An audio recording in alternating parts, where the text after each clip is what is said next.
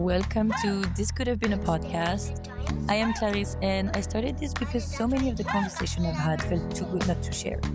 They could have totally been a podcast.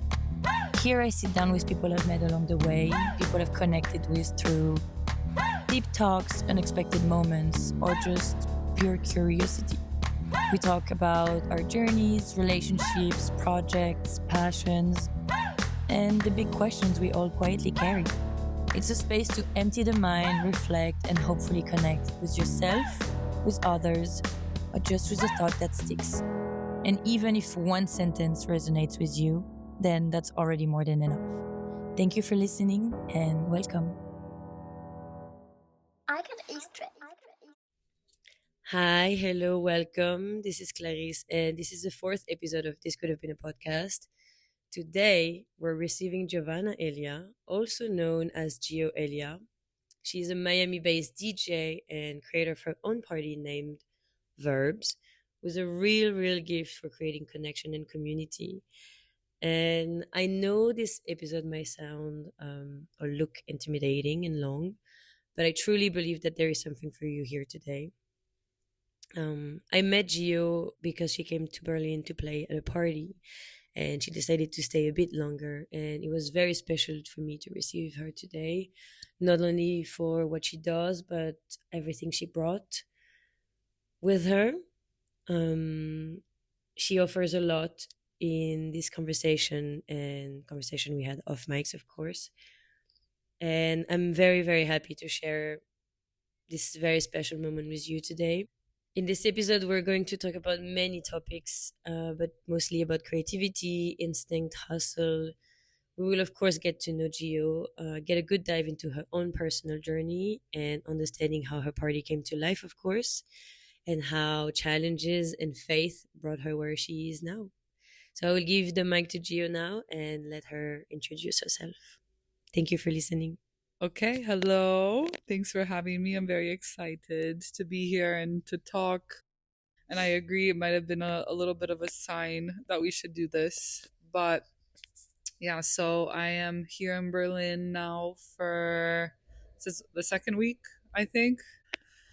And I was here invited to play a party by promoters going with the party name JK Club, or Just Kidding. Really lovely promoters and very happy I came out here. But yeah, so I'm from Miami, and in Miami, I also run a party called Verbs, and it takes place every 3 months. It's a bit of a international, local, mixed lineup, and it takes place in a Cuban diner in Hialeah, in the outskirts of Miami, like downtown area. And there we transform it. It's like a 2-day production. We turn this cafeteria into a club for a night. It's a really small production. It's me, my production, like a light designer. He kind of creates the concept with me for the decor and everything. And I have one more on my team. Her name's Betty, and she helps me with like hospitality kind of stuff and also the creative aspect of things with like film, photo, video. So cool. Yeah. And then Victor is my friend who does lighting. So that's my kind of main gig. And I also work with a restaurant, which is my family's restaurant.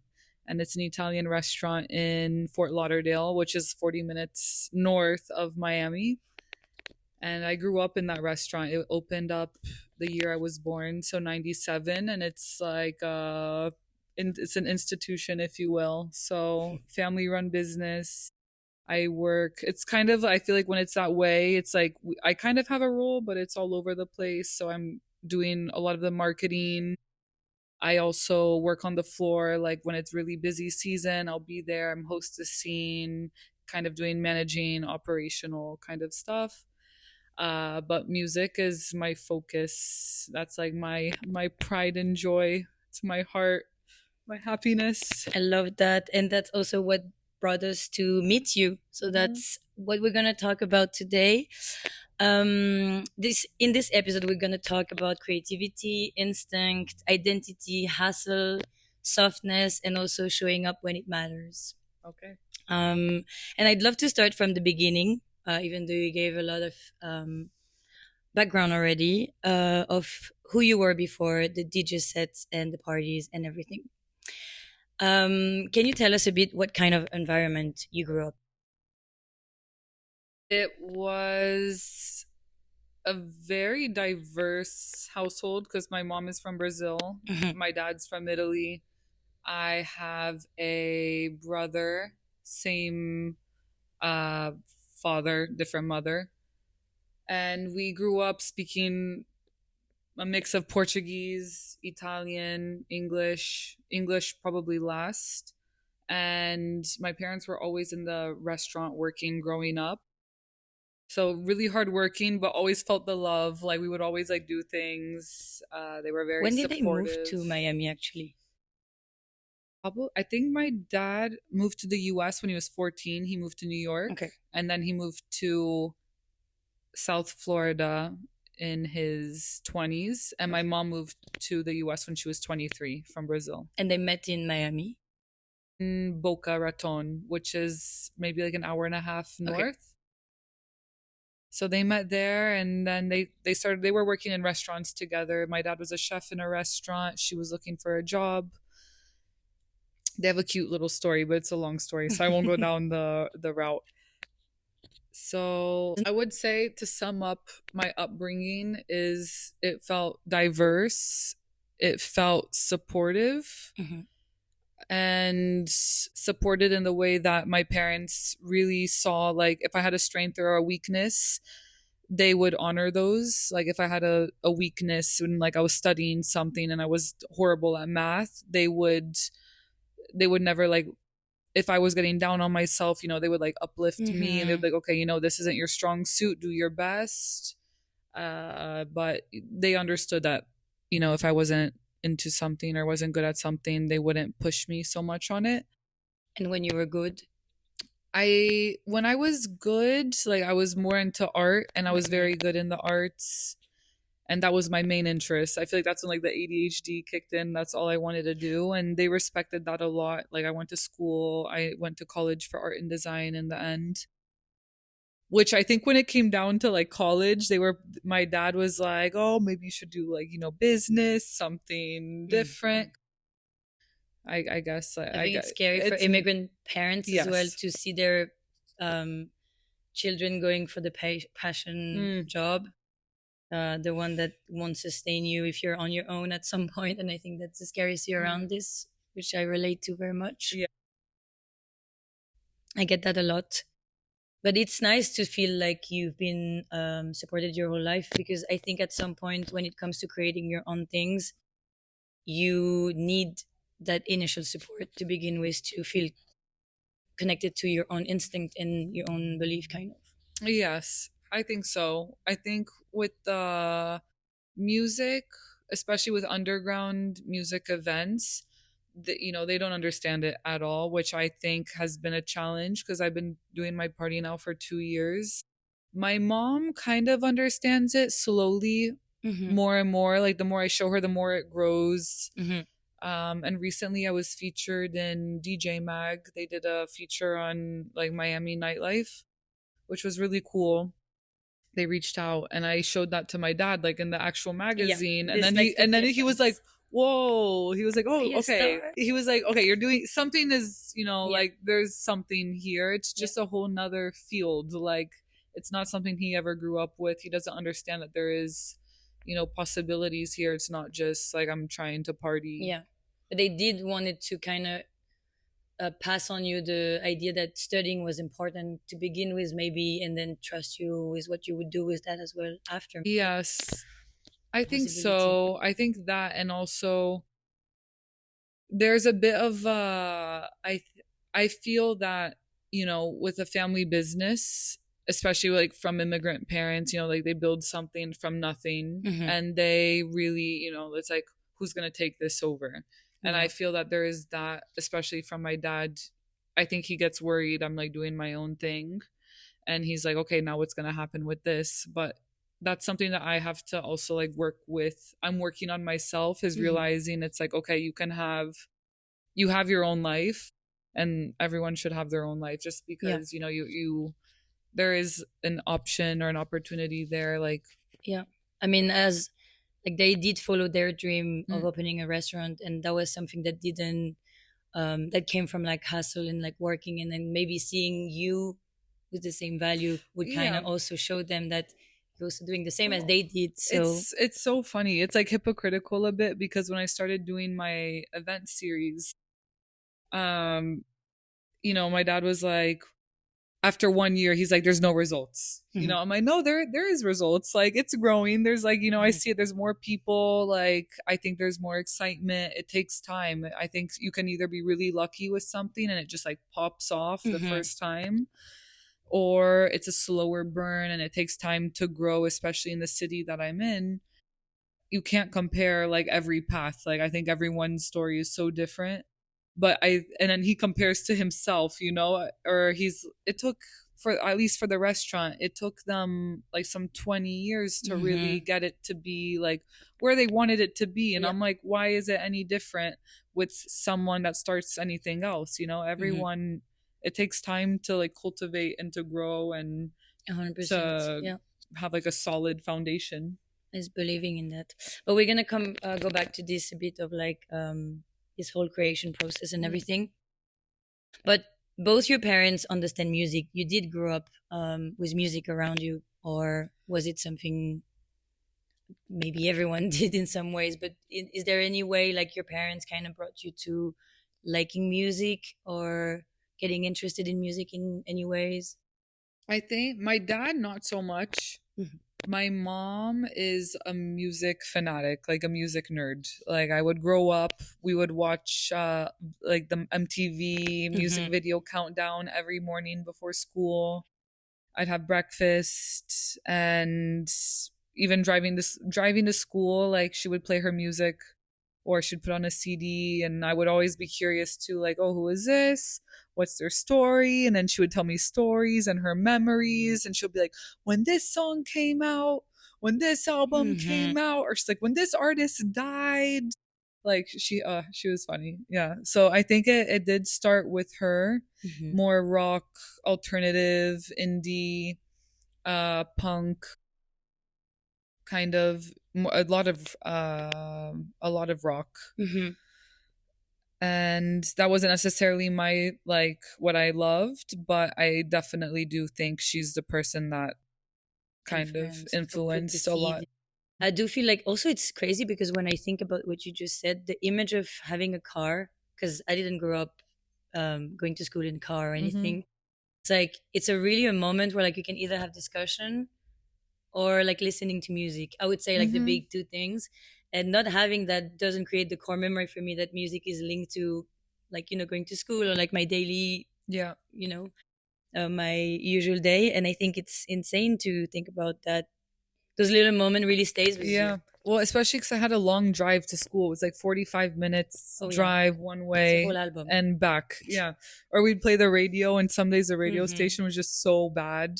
And my mom would also be annoyed. She'd be like, she's like, it's all the same stuff. Or like, then she'd be like, oh, the music's Skipping. getting so bad. I'm like, now it's crazy because I'm like, no one listens to radio. It's all like the But that probably Spotify, also Apple. maybe made you picky of like, oh, there's a good mood for a car ride, or Yeah. there's a good music for a car ride, and we couldn't waste this 45 minutes on the bad Mm-hmm. music. That's my approach now too. Like, when I'm Hmm. driving, I queue up. I'm like, okay, it has to be perfect. Hmm. Like, this is the journey. What is the I'm the vibe? person who would just skip mid Yeah. song, not caring. Like, don't give me the aux. Like, really. That was actually my mom. We had would always She would always say I would end the song or switch the song before it ended, Hmm. and it would always drive her crazy. In that when we were Would you do younger. that now? Yeah, yeah, yeah. It depends. I It mean, you did talk depends. about ADHD. Is it something you've been diagnosed with actually, or Mm-hmm. okay? Because I feel like it's very Yeah. like our generation is very. I mean, I don't know if it's our generation actually, but I feel like the attention span that we Yeah. have about anything, especially with music, is For me, it's like it's not physically possible to wait until the end of a music sometimes, even though I love it. There's one, actually, there's a song I'm listening to right now on loop, on repeat, and it kind of makes me, it feels like a Berlin, it sounds like Berlin to me, Mhm. or at least the What's the name of the song, song? My Friend Is Taking Drugs. Okay. So it, like, even the name is actually, but it's a really pretty, like, 90s emotional, kind of like progressive-y track. If I I'll send can, it to you. You if I can can preview add it. a bit of like music in this podcast, I will play it right after. Okay. That would Yeah. be amazing. Yeah. It's beautiful. Yeah, but the Yeah. ADHD thing, I was diagnosed it when I was a kid, and my they wanted to prescribe me as a kid, and my parents were like, absolutely not, which I'm so happy Yeah.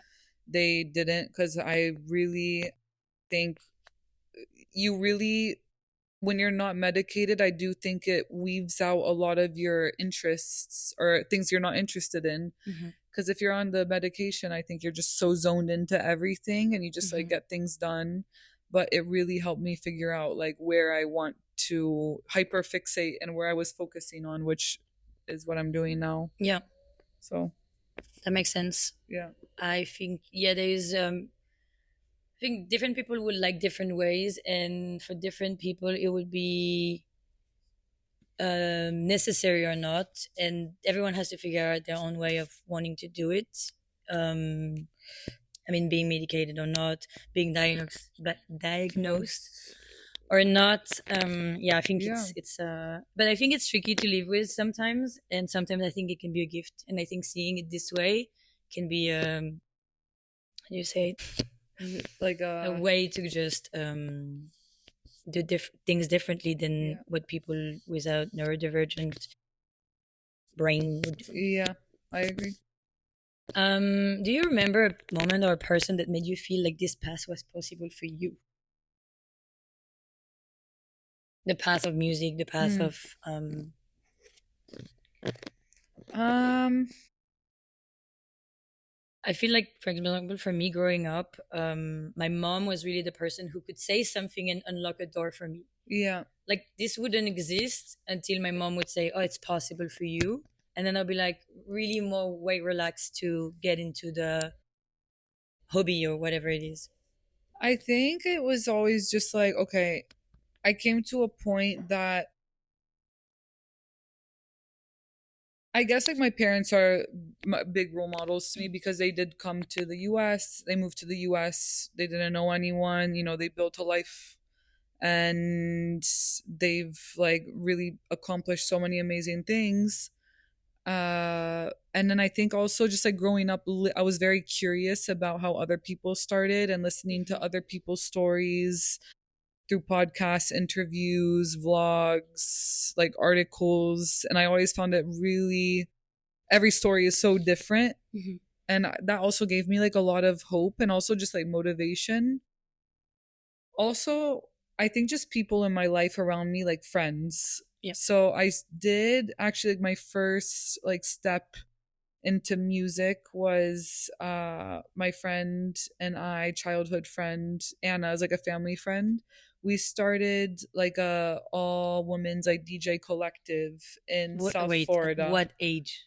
This was 2020, like Okay. during COVID. Okay. And it was So cool. more like corporate driven. Okay. So it was a lot of like just like high paying events, not so much nightlife things, because she came from more of like I guess like corporate background, if you will. And she was finding that there was like a lack of DJs that she trusted to like pass events onto, especially like this caliber, like people showing up fucked up or Hmm. you know. So she reached out to me one day and was like, oh, do you want to do this event? And I was like, yeah, I'll do it. And then we started this collective. But did she reach out to you because you were already partying a lot, Hmm. or so? What's? Let's go back. Let's go Yeah. back. Do you remember the first time you went to a club, for example, or like did you went partying, or did you feel like drawn to the idea of like going out? For me was when I discovered electronic music, Mhm. was my brother's 10 years older than me, Okay. and he was always into electronic, but I didn't know anything about it. I was just like, oh, I know he likes this. And he had a birthday, and I would like went to the CD store, and I was like, okay, let me get him a Mm. gift. I was like with my mom, and I just saw like it was a Tiesto Club Life album. I didn't even know who like Tiesto was. I was a kid, or like I knew faintly. I'm like, oh, it's a DJ. He'll like this. And I gave it to him for his birthday. He was super happy, and he started playing it in the car, and I was like, I like this. Mhm. And I would just like every time I got in the car with him, I'm like, put on that song. Like remember the song so clearly. And then even with my mom, like a lot of the music that she was like listening to, like even like Blue Monday, for example, is New Order. It's like that tune. I'm like, oh, like I love this. Like now I know it's like a synth, but I would hear Mhm. all of these like electronic rooted 90s, 80s music, and I was like, okay, I like this. I think I like had that seed, and then when I was in high school, that's when Ultra Music Festival is like a huge festival in the US. They have one in Miami. It's once a year, and they would put out the trailers. Like every year, they would do a trailer of the festivals on YouTube. And I think it was 2014 they put out the trailer, and I saw it, and I'm like, I have to go to this. I'm like, I need to be Could you go there. underage? Yeah, I was underage. Yeah, But could you go? Was it allowed for people under 29, 21? Sorry. they changed it to 18 Okay. at one point, and then when But I we turned turned 18 in 2020. 2000, 2015. yeah, Yeah, 2015. so the trailer came out 2014, and I think it was like Okay. 2015. I think I was 18, and I went with a friend, and it took a year to convince my parents to let me go, because in my mind I'm seeing this like trailer, and I'm like, oh my god, it's so fun. Yeah, it is. But I think my parents were like, oh, it's like a festival, like they were worried. But they How were long was the like, festival? Like 3 days? it's 3 days, yeah. And you would stay there? I just went one day. Okay. I went one day. And it was the day Tiesto played. I was like, because I knew Mm. Tiesto from my brother now Mhm. from that album. And I'm like, oh, I love Tiesto. And then I went there and I discovered Carl Cox. It was very mainstream. Uh, but yeah, that was basically the beginning. And what, your brother was not playing? No, Like, no, no. Just music okay. lover. Okay. Yeah. But that's like that makes a lot of sense. I was really trying to get the beginning of like where it started to like really get to your head, or like that you could feel like, oh, that's a world I could see myself be part of. Like, did you at that point feel like You an know, urge to? I've always loved music so much. Like, but I think I got into it, and I was like, I would always visualize myself. I'm like, oh, maybe I could sing. Hmm. Maybe, and I have a terrible voice. Like, I can't sing. And I I'm don't like, I believe could that. just like, I would always like picture myself or like dream about singing. And I didn't really grow up with like DJ. I think it's so different in the US. Like, we don't really have like a scene, or like it wasn't a part of like, I don't know, in South Florida. I went to like my friends at school, really they were listening to like country music, rap, Hmm. like there weren't we Yeah. didn't have the same music tastes. So I didn't really have anyone showing me other like scenes, I Hmm. guess. But when I went to college, so 2015, I went to art and design school in Rhode Island, and that's where I met like my core like besties, and they really introduced me more to like club sets Hmm. or a lot of different How far music. from home was your college? It was like a 3 hour flight. But So like there you yes. probably also discover new clubs and everything, maybe not that you had at the one that you had at home. Yeah, we would go to New York like Ah, yeah. sometimes on the weekends, or to Boston. It was like super close to Boston.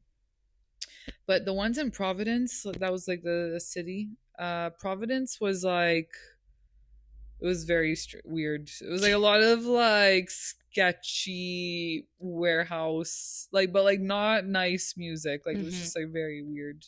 It's also interesting to think of like the idea we had of clubs in general when we were kids, Hmm. and like how we could see them as like those very dark, sketchy places where maybe you would do substances and drink alcohol, and like how our vision evolved with our experiences, basically. Yeah. I think it's funny now because I actually like I laugh to myself how it's, you know, like I'm at least in Miami, obviously like every I think like a lot of cities, but there's every weekend there's just like drugs everywhere, especially in nightlife. Like Hmm. I think it's normalized like a little bit too much. Like I think a lot of people are just can't be without it. Like Yep. I think it just thrives on it. The city does. And I thought it was really like recently I was like taking a shower and I was just like thinking and I'm like I it's so funny. I'm like in an environment that I think my parents like always warned me about my whole life and they were always like, you know what, you be careful with drugs, Hmm. all this stuff and it makes sense like why they would be, you know, it's they've also been young, they've also gone out, they're not dumb. Hmm. So it's funny now I in hindsight it's like, oh, you know, they I've never understood I remember my grandpa saying to me when I was 8, be careful of drugs, but especially be careful of boys mm. giving you drugs. And when I was 8, I was like, duh. And growing up, I'm like, oh, that's what Yeah, you meant. obviously. Yeah. You Like know? my parents like no drugs. I was like, yeah, Yeah. no drugs. I mean, in so many ways, I think Yeah. what's nice about being aware of your environment and also being in Berlin and being in the like out often and everything, also in some ways, if you can be mindful about your experiences and about the way you go out, it's so nice to learn to sit with discomfort with it, which is like also something I'm trying to learn also with alcohol and everything. But it's like, how do I enter a space that was maybe not entirely designed for you to get fucked up in here? Maybe there's something to listen, maybe there is something you can learn from the space, maybe there's people to meet, and it requires like us to be alert More present. and yeah, aware of the space. And it's very very big also in Berlin and in a lot of parties, like to be aware of your space, to not Mm. bump into people, to be aware of like the different background of everyone. I think there's yeah, everything we've been warned about happened, but then it's our turn also to show them that we can transform it into something wholesome. It's a challenge. I have a question a bit for you to introspect, and I think it's a nice question to put in perspective where you are now. If someone saw you as a teenager, do you think they would guess that you would end up where you are now? I it's funny because I think it's like I think about this question, but from my own point of view, like Mm-hmm. would I have saw this for Mm-hmm. myself? And I don't think I ever like I think I just never knew where my life was gonna take me, like at all. And I'm really happy it's going in this route and I found something that's like made me really that I found so much joy in and like I feel like it's like a huge privilege because I think it's hard to figure out what you want to do and I think it you know it takes some people longer, some people sooner. Um but in with other people, I don't know. I think if you ask my parents, maybe because you know I think they know me so well. Like my family knows me really well, and they think they know I'm a motivated person and I'm like kind of hard headed. Mm-hmm. Uh, but with friends, you know, my friend recently told me one of my best friends, Shifra, she lives in Portugal now, but she was like, it kind of, she's like, I knew you'd be doing something like this. Like this all makes sense to me. Mm-hmm. So I guess I don't know. I don't know what other people see. I always wonder that. I'm like, you know, it's like, do you ever wonder that, like how other people see you or like view Oh yeah. you? Yeah. Oh yeah, big time. But I feel like I every time I express what I want to do, people are like, "Yeah." And then Oh, sometimes when I tell them what I'm doing now and what I want to do, they're like, you "Quit your job and go do that thing because this is what you're meant to yes. do." Yes. Like even when we talk about random. Well, I don't tell a lot of people like what I want to do or like what Yeah, my plans are. Like I really believe that a lot of things, like this is for like everyone, like I really think that like oversharing I agree. is not a good thing. So there is two ways I'm seeing this. You cannot, in my opinion, there's a lot of opportunity that won't come your way if you don't vocalize Mm-hmm. what you want. For example, if you wanted to open a thrift shop Yes. and you don't talk to anyone about this, you're on your own and you're kind of like in your tunnel. I think if someone heard about a place that opens, they Yeah. would never come to you and reach out and say, hey, there's a place that opened, because they don't know. Totally. And the other hand, it's like if you want to do some stuff and then you keep not doing them, Yeah. it's kind of like this, there's a gap between like mentioning something and actually doing it, that is like you might not end up doing it, but that also might be the way we function. I agree And with then there's the that. jinxing part.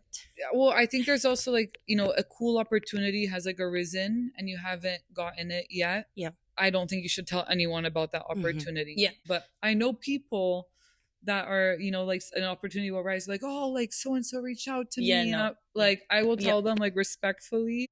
If it's like especially like a good friend of mine, if it's someone else, I wouldn't say that. But I Keep would tell that to my friends, yourself. I'm like, you should keep it to yourself Yeah. because This I understand, and I think I think we both believe in signs and also in like um kind of like the jinxing things or speaking too soon of mm-hmm. manifesting whatever we say kind of like come into shape and form and everything. So I think I agree with like what you said.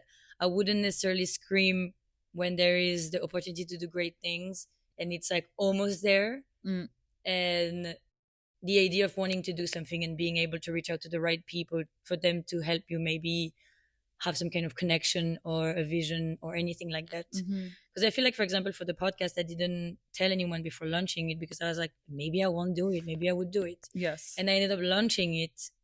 And then everyone was like, you Wait, didn't what? tell us or Yeah, yeah, anything. yeah. And I was like, yeah, that's why it came out. Yeah. Because I didn't tell you.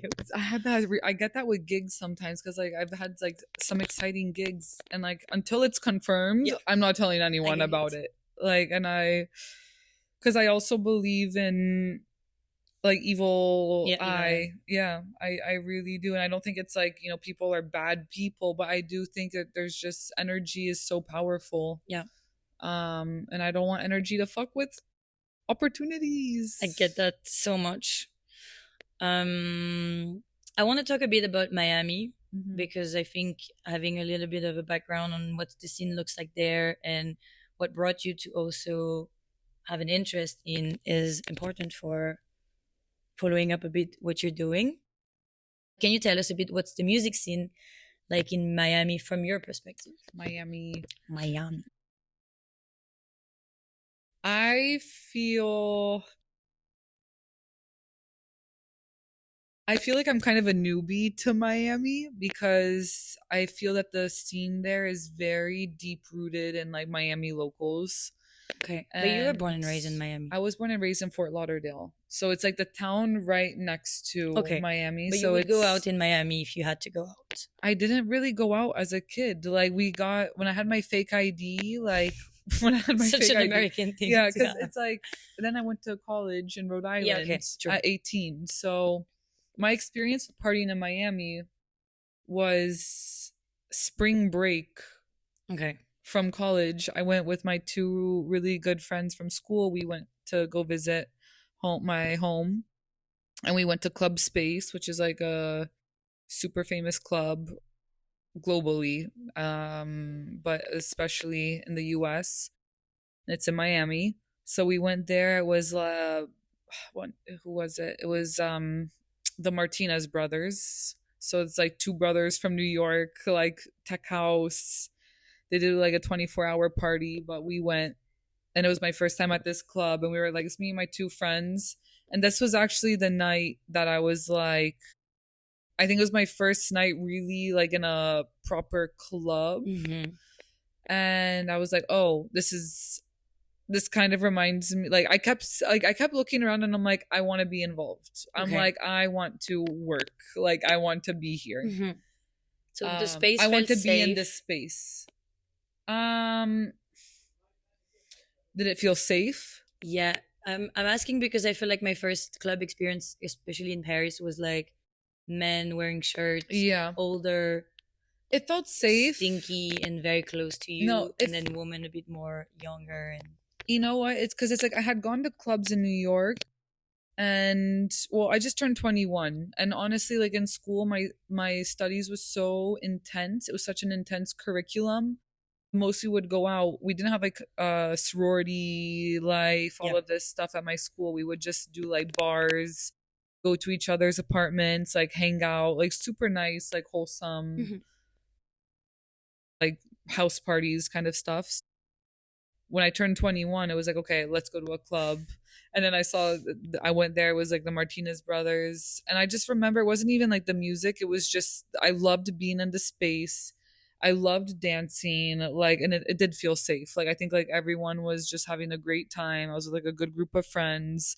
And I was so intrigued. I was like, oh my gosh, this operation is insane. Like, look at that booth, look at all of these people working, and I was just like curious. I Hmm. think that's the best way. It just piqued my curiosity, and I was like, from there I was like kind of hooked. Like, I literally like went home and I'm like, who's Martinez brothers, Hmm. who is this club? So And then cool. from there I just like started, like, this is where I feel like the ADHD like kind of like really kicked in. It just like I just went like down the rabbit hole. And that year, later on that year, I came to Berlin with one of my best friends. And this was my first like time. I mean, I would go to Italy, but it was my first like other city in Europe I had gone to. And it was sick. Like, I went to different clubs, and it just like got me deeper into That like the opened you. whole, yeah, it was just like, I feel like it's like the typical story, like American girl goes to Europe. I was reading this article of what makes a good party, Hmm. and I think having there was saying of like having the promoter in the room, or like the people working for the party being in the room, contributing to the vibe and everything was essential. And the fact that you're saying that like back then at this first club you saw the people working and that's what motivated you to join. I Um, think that's like the part that always like piqued my curiosity like the most. I'm like, who is organizing mhm, this? Like I just want to like talk to this person, like, who is on this team, like, uh I found that the most intriguing. I think especially coming from like the restaurant background, I see like the mhm, hospitality aspect of it's like you are creating a space where you're creating an experience for people. You want to bring like happiness or joy. You want people to leave like satisfied. And I think that to me, like, I care a lot about people's like happiness, yeah. and I want people to be happy and have a good time. So I guess that's kind of where it came from. It's so true. The link with like the restaurant is if you see a meal, it's like a maybe a set, Mm-hmm. and then you want to know how it has been made and who Yeah, created it, who is like around, totally. and Like, you walk into a place, you're greeted by someone, you go to the club, you have the door people, you pay, you go in, you explore, mhm, you get the meal, you listen to the music. I'm going to go back to what you asked me about the yeah. Miami scene, but so it feels very rooted in locals, like people that haven't been like born and raised there. So I feel like there's a huge chunk of like the scene, like, cuz I talk to friends or other promoters, organizers, uh like party goers, and they always talk to me about this like chunk that I was like never there for. So I do feel like I have like a fresher kind of like foot in to the Hmm. scene, like, since COVID. Like, COVID was when I started really going out, right out of COVID. Yeah.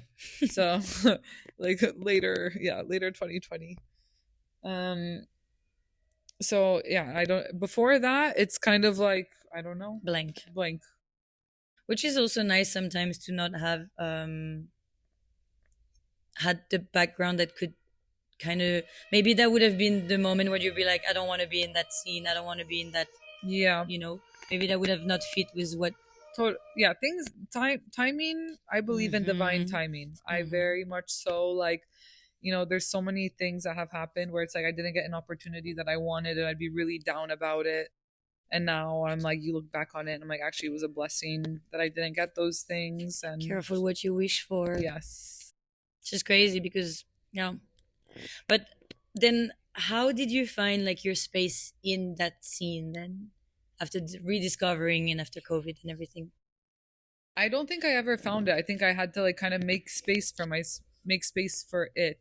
Like I don't want to even say myself. I just think that I never really found um necessarily I think my okay, I think my whole life I kind of felt this way where I find myself able to be in different kind of spaces and like Hmm. comfortable and like I can relate. I feel like I'm kind of like a shapeshifter, but I never really had one space I was like, oh, this is like, like my crew or Yeah. like where like I guess like the music I want to listen to or I think you're a really easygoing person. And I'm not saying that in the sense of like you don't know what you want, so we decide for you. I think you're really good at knowing what you want, mm, but you are really like curious. And I mean, you've been here for less than 2 weeks, and we're yeah. already hanging out Yeah, as yeah, if yeah. you're here forever, you Yeah. know? Yeah. And I do appreciate that a lot in people I meet,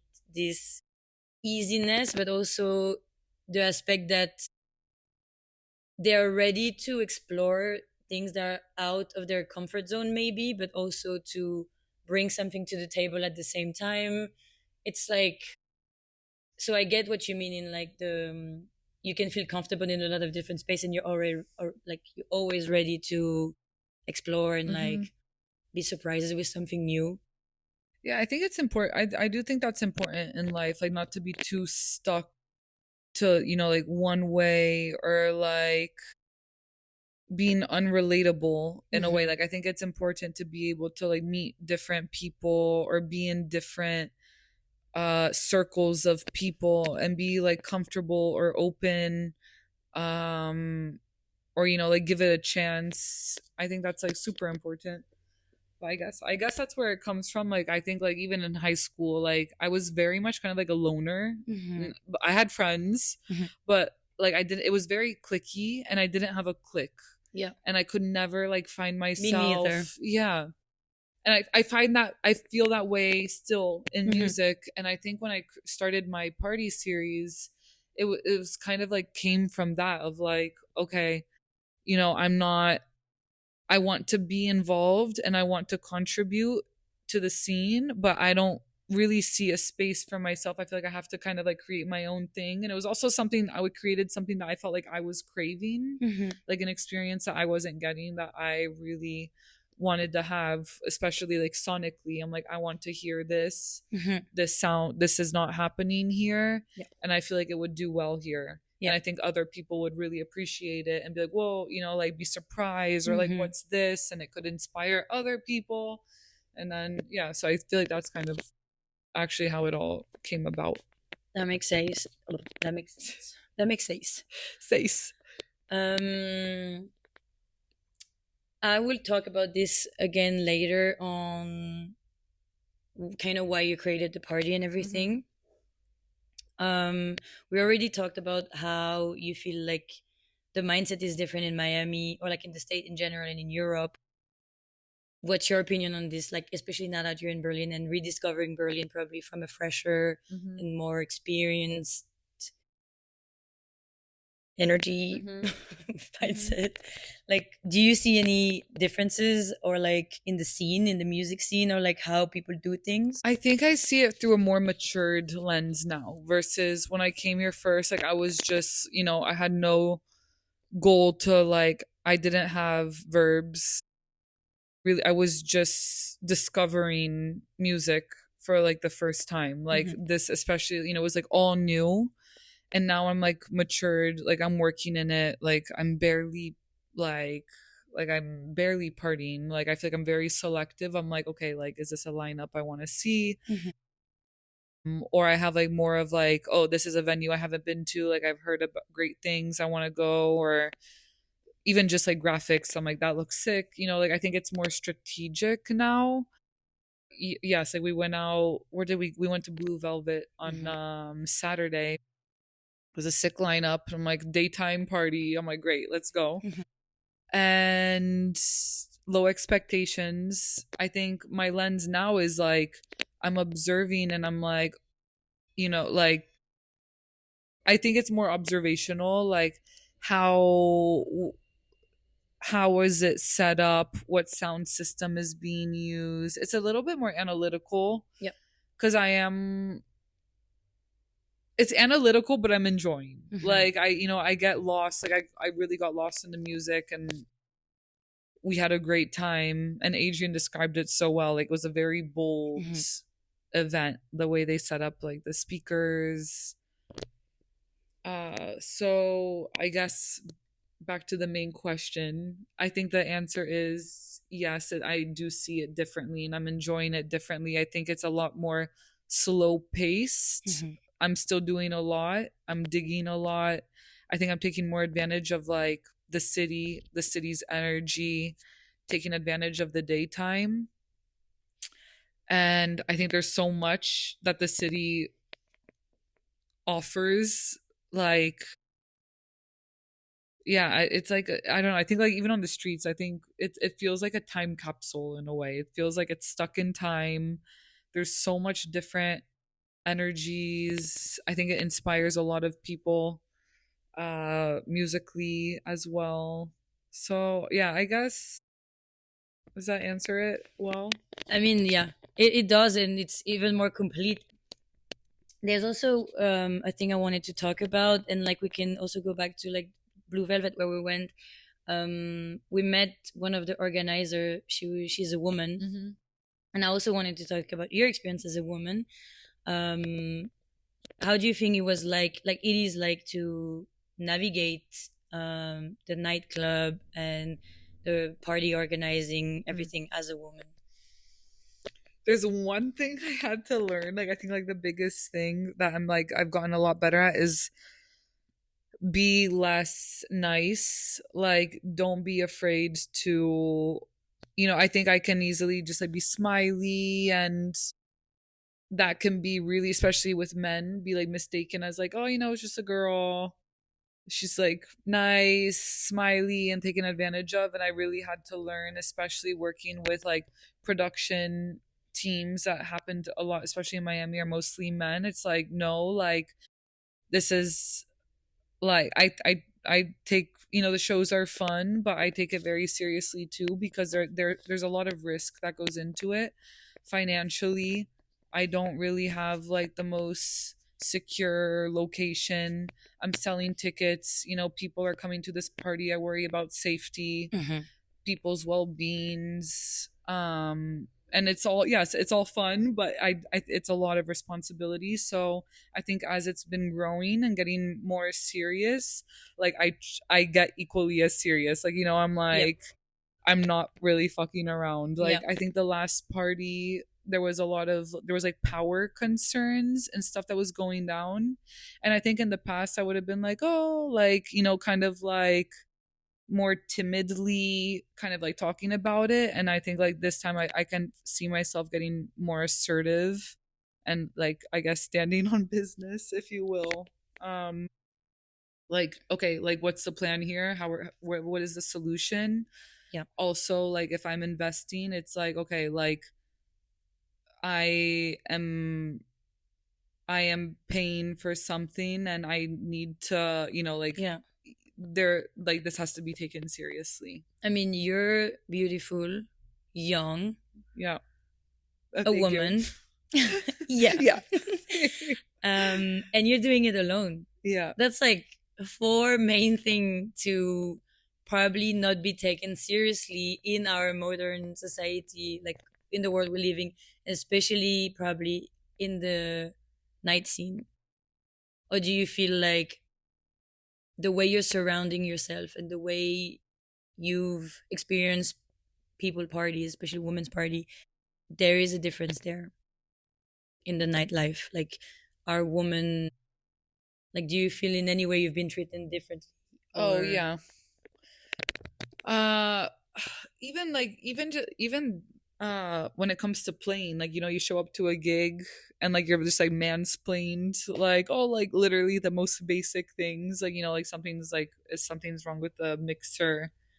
That Ugh. happened like recently. Like something was off with like the queuing, and I wasn't familiar with the mixer, and the sound tech was just like talking to me like I'm an idiot. And I'm like, so that does frustrate me, but also I'm like, I don't take it personally. I'm like, you are just, some people like to, I don't know. I to be honest, I don't let it affect me that much. I'm just like Yeah. whatever. But with the promoting, yes, but it's been okay. I think you also just need to be firm. I think a lot of the times you can't take things personally. Like I think it's like, it's not really about me. It's like a them situation, and that really always like kind of like helps me through a situation. So I'm not taking it too personally, and I'm just like I'll ignore it. Like, you have to detach a bit. Did you feel like when you were underestimated, or have you felt this way, and then probably it brought reaction in you, like maybe it's something you carry with you now, like what are those things? Or Like doubts and stuff, or yeah, or like when people kind of don't believe you can do it, yeah. maybe you build Oh, yourself totally. differently around I that. think it was a mix of starting of like me questioning myself, Hmm. especially from other people, like asking people. And this is when I stopped asking people a lot of people's opinions, Hmm. because I'd get the opinions, I'd believe it, I wouldn't act on it. But ultimately, I think it's like if you see something, like I think if you can visualize it, you can do it. Like I think there's a reason why we are able to visualize things. And I think it's really because that it's a sign that we should do them. Like Hmm. if you can see something, it's more most likely means you can do it. That's the best tips I got from you recently, and I was like, there's a lot of things I can see now, and Mm-hmm. I it makes me believe that they wouldn't come out of everyone's head. So why not doing it? Yeah. You might be the only Like person who. I'm not dreaming of myself in a hospital, performing open heart surgery. But like there's people that wake up and they're like, like I want to be a lawyer, like I Mhm. want to defend someone. I want to save lives, Hmm. literally. Like I I think I definitely. always saw myself. I feel like when I was studying in school, I always saw myself, like I love photography, and I always saw myself doing like displaying photos, or showcasing artwork of some sort. And then when music started evolving, or I could always see myself in the restaurant, visualize myself owning like a restaurant or owning a place. And I feel like it's weird, like, Yeah. it's taking shape. And also, one thing is like we're not entitled to just do one thing. Mm-mm. There's a world where like we can have. It's not having five jobs, but like it's kind of like that. Oh, I would love to be a therapist, actually. That's like something I would love, even for, especially for artists. Like I really love like comforting and helping people Hmm. like in that way, mentally, I get mental that. health. Maybe it's our career side. I feel like growing Yes. up, I always felt like um, I could spot Uh-huh. the thing that would make people open up a bit. And then sometimes people don't realize they're giving in a lot for us to pick up on. And then when you circle back on this, people are surprised because a lot of them actually don't have someone to listen to, Mm-hmm. like to them. And that's the only thing lacking. And then when you talk back to how they talk to you about them, they kind of like surprised Mm. what they're listening, but this is exactly what they've been saying. That's why you're so good. Like why you're good at what you're doing. Yeah. What am I even doing? We're figuring it out I day have the by vision. I have day. the vision. But let's go to like you expressing yourself, especially now through music, and how you prepare for that. I'm very interested in like what's your process when you prep a set or when you go digging for music. Like, So digging for music, I'll start there. It depends. I feel I have a few different routes. Usually listening to mixes quite often. That's one way. Like I'll like hear a track, discover new artists. Who are artists that I love? Who are they listening to? Who are mhm. artists they're listening to? I think like always trying to find the like commonalities. And from there, like finding tracks. From those tracks, I will look up the label, and that it doesn't always come from mixes. Like sometimes I'll just like find a track. Even actually, this is I've been on my Instagram explore feed a lot recently, Mm-hmm. has been recommending me a lot of records, like a lot of like record stores. The algorithm of Instagram is It's absolutely crazy. insane. Well, it's annoying because I actually am trying to get off of this thing, and now You just it's have to look like for one thing. At some point, I was looking for red hair, and then for 3 weeks, I had red red hair. hair All right, feed. I need to switch it up. So there, Bandcamp I really like for like newer production. I find like, you know, you can type in like keywords, like type in like different genres. There's a lot of like interesting artists, like really random music.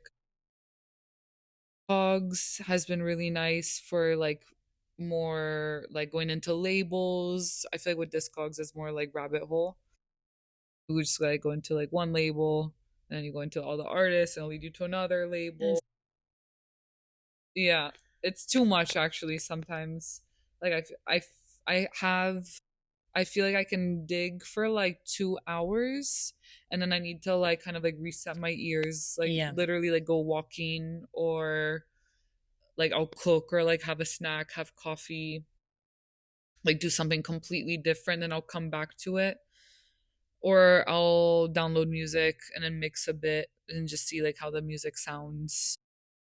So that's actually been a process. I like with practicing, I've made an effort over the last year to really like practice every day a bit. It's not always every day, but So discipline is a big part of you building your library.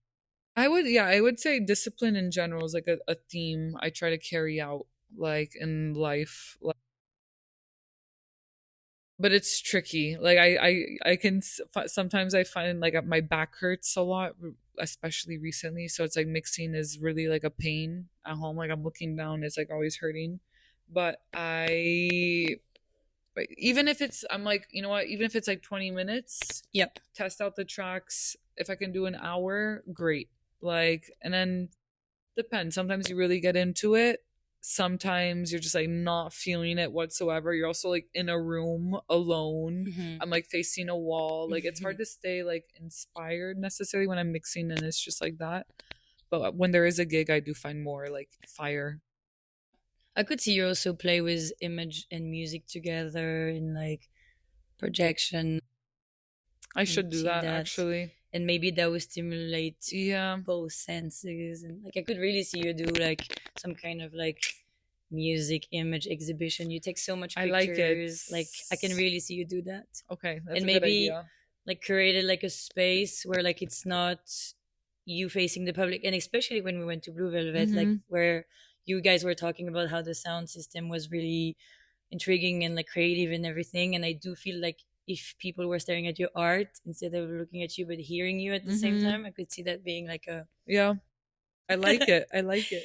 um yeah. So going back to like also how you plan it, it's like, do you feel like you often play for yourself, for the room, or for both? For both. But at the end of the day, it is for other people, it is for everyone else. Like Okay. I do find that it's I find DJ very selfless, like DJing very selfless. Like you're doing it, you're expressing yourself. That's where that's I think for me that's what the only thing I find, like, you know, where I focus on myself. It's like I still want to express myself. Like this has to be music that I'm inspired Yeah. by, that I love, but it's, you have to be, it's like intuition. Yep. It's like, okay, like I have to make a decision. Is it this track or this track? I try to be very like listen to it's like head, it's like heart, it's like mind, or like what is it, like head or heart Yep. sometimes, and I'm like, fuck, what is it like this? So that's actually been like a challenge that I'm I feel like it's like a skill that I'm learning. It's tricky. Like what I is it get gonna that. be? Yeah. But I, yes, I find it very selfless where it's like you have a room of people Mm-hmm. and you are making, you're making their night or day, and you want to excite, you want to inspire them, you want to move them. So it's like, how are you going to do that? And do you tend like to prep, or do you tend to improvise most of the time? I used to prep a lot. I Mhm. used to prep a lot. Like, when I first started, I was doing like track to track preparations. Mm, like when I had my first club gigs. I get that though. Yeah, I was like, I was nervous. Like, I was always nervous. But at a certain point, like, I think I had one gig. That's when I stopped. And I was like, oh shit! Like, everything I prepared, this is not the vibe. And I stuck to it because I was like, I can't break this. Like, what am I gonna do? Mhm. And I went with it, and it just like it was actually horrible. Like, it didn't fit the vibe at all. Like, people were still there, they were moving, but it just didn't feel genuine or authentic. And then from that moment on, I was like, I need to practice. Like, that's the only way. Like, I just need to practice. It took you one And flop to just be on the rise. yeah, and it was fine. It was fine, but it wasn't. It was a flop. How do you So deal with that? now You like usually also the flop and I took it. I'm like, I don't want this to happen again. I need to get better. okay. Like, I just need to. You're like bet. I'm like, Not I to- was like, oh shit, that was not good. it's good not Because to stay stuck on those as well, and to see that as a way to improve, either like instead of like seeing that as like a way of thinking I'm not good enough for yeah, this. I think we all need to do. I think that's like important for everyone. It's like everyone messes up. We're not robots. Like, Yeah. no one's perfect, but I do think you need to be as consistent. Like, I have another like motto that like I go by, and it's uh consistency over intensity. A So it's, hundred percent. you don't have to be like like all the time, like, but just be consistent. Would recommend you said that to me, like the 5 minute thing of Mm-hmm. like just get into it for 5 minutes and then see where that goes. And I think Yeah. this is the best Yeah. advice, especially when you feel unproductive or you don't feel like doing it. Just your brain knowing it's just for 5 minutes, like meditation, You start, it and gets you you in want the to do mood. more. Yeah, you're like, oh shit, I'm already here. Yeah, Like, might as well. and you have those 5 minutes. Mhm. 5 minutes is a lot of time. It is. It's, you don't, it doesn't seem like it, but it's like you start doing something after those 5 minutes. You can do a lot. Yeah. One track at least. One track. Listening to one track One track. is good. And do you have like or like what are your tips to enable creativity, or at least your personal tips on like how to get in a creative mood? Oof. I think it's like I'm either in it or I'm not, and you can't fight it. Like, I have periods that I am like inspired, I am motivated, and I just ride that because I'm like, I don't know when this is ending, Mhm. because it's gonna end. Like, I think it's like it's like a roller coaster. And sometimes I've been in like ruts for, I had a crazy one. Um I think it was like in 2023. Like, it was so memorable. It was like 6 months of nothing. I was like, 2023, I don't know what they put in it, but that was the worst year for all my friends and me. there's This year something was going like on. Yeah. I have No. chills thinking about this year. I was down bad. I was I was down bad. Yeah. It was just like uninspired. But I came out of it strong, Mm-hmm. very strong. And actually, I came out of it so strong. I like changed my like friend group. Mm-hmm. I like realigned myself, and I'm like, okay, like, things are not working here, and I need to make changes in Mm-hmm. my life. So that was a good thing came out of that. But I think recently another one was like probably like 1 month. Like, after January is usually a down month for me. Even though it's around our birthdays. I know. Well, my What is your tactic actually is like not New Year's resolutions. Hits the new year, it's like birthday resolutions. Yeah. Like, birthday. I always start a bit later. It's better. You have a buffer period. Yeah. January is a Trial. bit of a. It's horrible. And at the beginning of this year, we were like with some friends, we called this year the draft years to push ourselves to do things. Mm-hmm. That's why I started the podcast. That's why I started some stuff, or like to talk about some stuff. I was like, if there is a year I should start some stuff, might be this one, because looking back, I would be so happy that I was young, fresh, that I Yes. did some mistakes, that I did it bad, that I did it tired, that I did it fucked up. But Hmm. at least I did some stuff that I can look back to. Having proof receipt of like things you've done is so satisfying Yeah. that It's motivating. It's 100%. like you see that you're capable of starting something, and then it's like if you keep up with that thing, I think it's so true. Like I see so many like people saying this, like, oh, it's like you start something, but a lot of the times people don't like finish it. I think you just have to, yeah. That's me. Trust me, me too. Like it's How many things did you start before your party? Like, did you start with something else and then it became your well, party, the or the DJ yeah, collective slash agency. this is dead now? It's still going, Okay, but I without you. left. Yeah, I left because it didn't align with Hmm. like what I want to do. And I think it served me in the time. Like it introduced me to a lot. It taught me a lot. Like I think how to negotiate deals, Hmm. how to have more confidence, how to move in these spaces, especially, like I don't know, I was a lot younger. I was 24 when we started that, and we were doing we got crazy contracts. We worked with F1. We did races with them. Crazy.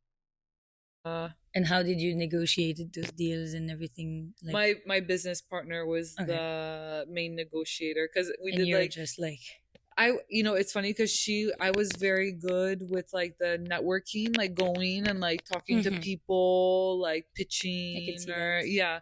And she was good at like sealing the deal. Hmm. So, and that's still my case. It's I'm like not very good with bad business, cop, but good cop. yeah, yeah, exactly. That was like the whole thing. My partner just think we shouldn't do this. Like, you Yeah, put it on her, and then she yeah, can just be like the. That's the exactly. best, to have someone you can. That's But the perfect team. Good cop, bad cop. yeah, Can't be two bad cops. yeah.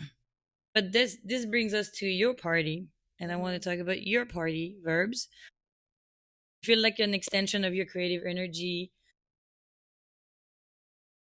How did the idea of the party came to you, and when exactly did you start Verbs? 23. Okay, that year. Yeah. This was actually, it came out right after that really down phase. Yeah, Needed. where we were up, went right back up. And you decided to do it alone. So, how did the idea come about? Actually, I think it was like okay, partying a lot, just like a lot of curiosity being out. I'm just like getting more deeper into the scene in my own ways. And I'm like, oh, like there's this thing called a promoter, and there's like these organizers, and they create a night, and learning, it's like it's like funny, like the cycle of like being like the party goer, the raver, the observer. Then you become curious, and then like you learn all the steps, and then it's like, oh, I discovered that you could, there's people that don't own a club Mm-hmm. and they run a night. And I was like, okay, that seems interesting. And then I started like exploring that more. And then I was like, okay, I realized I'm like Miami. There's all these artists I love, and I'm like, they should come play in Miami. Like they would be sick here. I want to hear them. Like no one was booking anyone I really was into, and I was like, oh, I could start a night. So that was like in my mind for a while, and I was just like thinking of a name. I'm like, all right, let me think of like something. And then Verbs, I was like going on, I had like a Finsta, and I was like looking through it one day, like just like randomly, and I had like a random post, and the caption was Verbs. And I was like, why did I write that? Like, I think it was like a drunk I post. love that story. Yeah, I think it was like a drunk post, and I was like, actually, that's kind of like a nice name though for a party. Like it's like movement, and then like it really quickly, like I was like verbs, movement, action. Like every party can focus on a different verb. Like it gives me a good creative prompt. So that it kind of just like it just flowed together, I guess. And then I reached out to an artist who is based in Amsterdam. His name is Mark, goes by alias Kaim. And I saw him in ADE. I was there for work. Like, I worked for a really sus agency. That was a scam. This is a crazy story for another time. But you did meet people too that. Yes. That Well, I went to a breakfast club party and I Mhm. wound up in his room and I had a really bad trip and he kind of like saved my life with his set. And I was like, I messaged him. I'm like, hey, you want to come play in Miami? And he was like, I'm down. And I was like, oh shit. Like, I guess I got an artist, like someone. I didn't want to do someone local at the. I don't know why. It was just Mhm. like I did do someone local too, but I wanted like To bring I something wanted to to the bring table. something different. Yeah. And so he was down, and I was like, I booked him without even having a venue. And then it was like 3 weeks. I like announced the show. I got like the graphic out.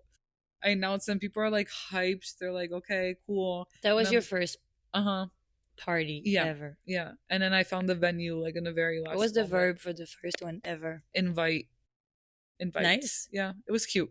It was cute. It was nice.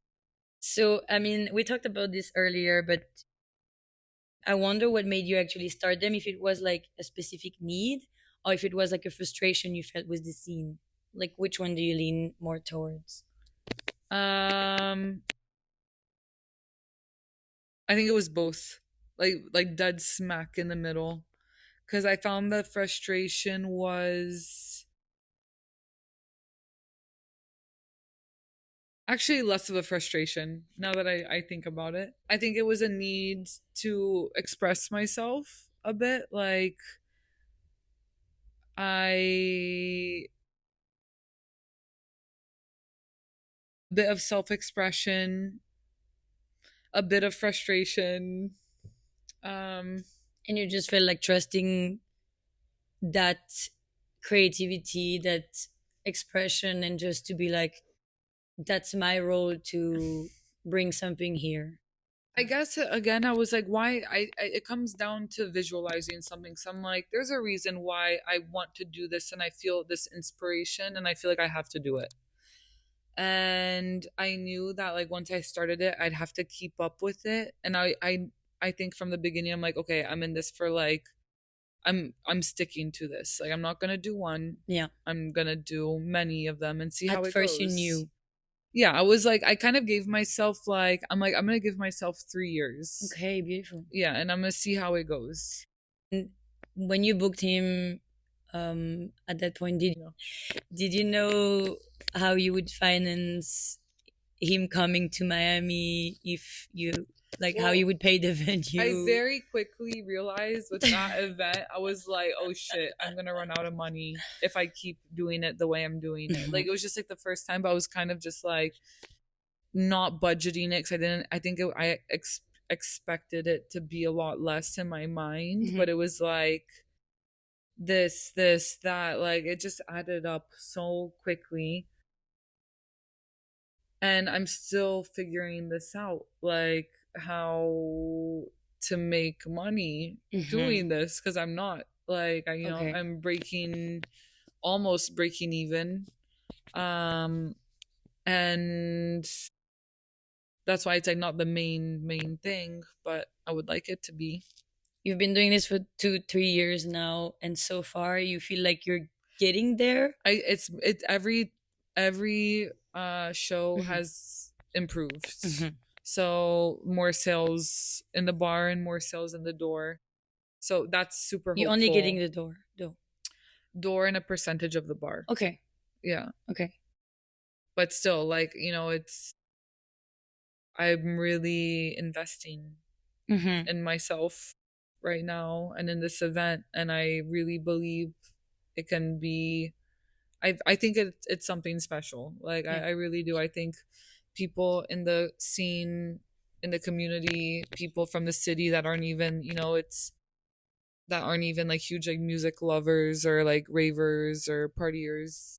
For Yeah. them, it's something new. And you need to like it. You need to definitely love what you're Yeah, doing and be passionate to yeah. feel the reward somewhere. Where do you feel like you get the satisfaction then, or like how do you quantify it?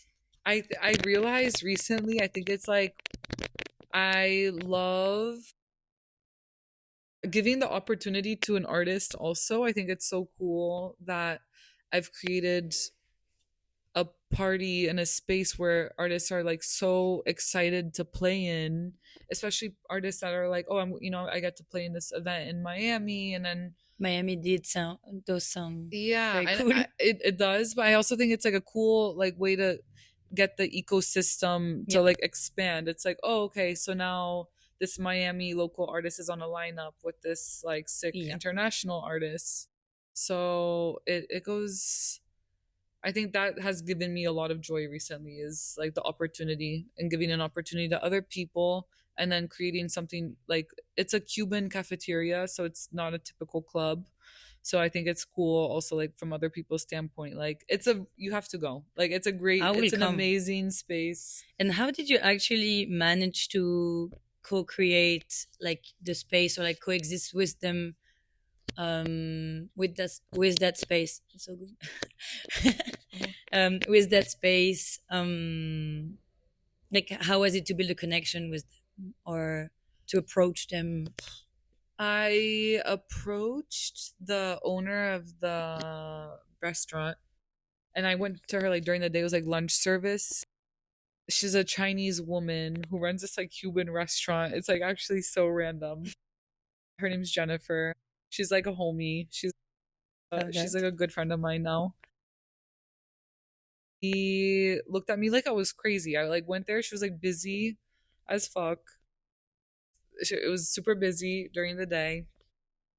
And she looked at me like I had four eyes. She was like, "Why are you?" She's like, "What kind of are you? Do you want to do like a quinceañera, like a birthday party?" And I was like, "No, it's a club night." It took time to persuade her, and then she was like, "Okay, let's see how it goes." Her bar made money. She was happy. And she's like, "Okay, we can do another one." And I think she also sees it like growing every time, and she has fun. Like I think She she comes likes every it. time. Yeah, she's always there. Is it the She runs the bar. Like when she's there, she's like at the cash amazing? register. Yeah, she's a vibe. Is it like an isolated place, so like not so close from habitation Hmm. and everything? Yeah, Okay. yeah. And how did you heard about this place or Google Maps. the Google Map We were talking walking? about it. Yeah, Yes, Google Map. yes. I was I literally do just it like, everywhere. it's so good. Yeah, People, this is how you find the gems. places. Yeah, Like I open went up your map. visiting my sister in Montreal, and I had 90 plays saved before I arrived. Just walking in the Google Hmm. Street of Montreal. It works. It's fantastic.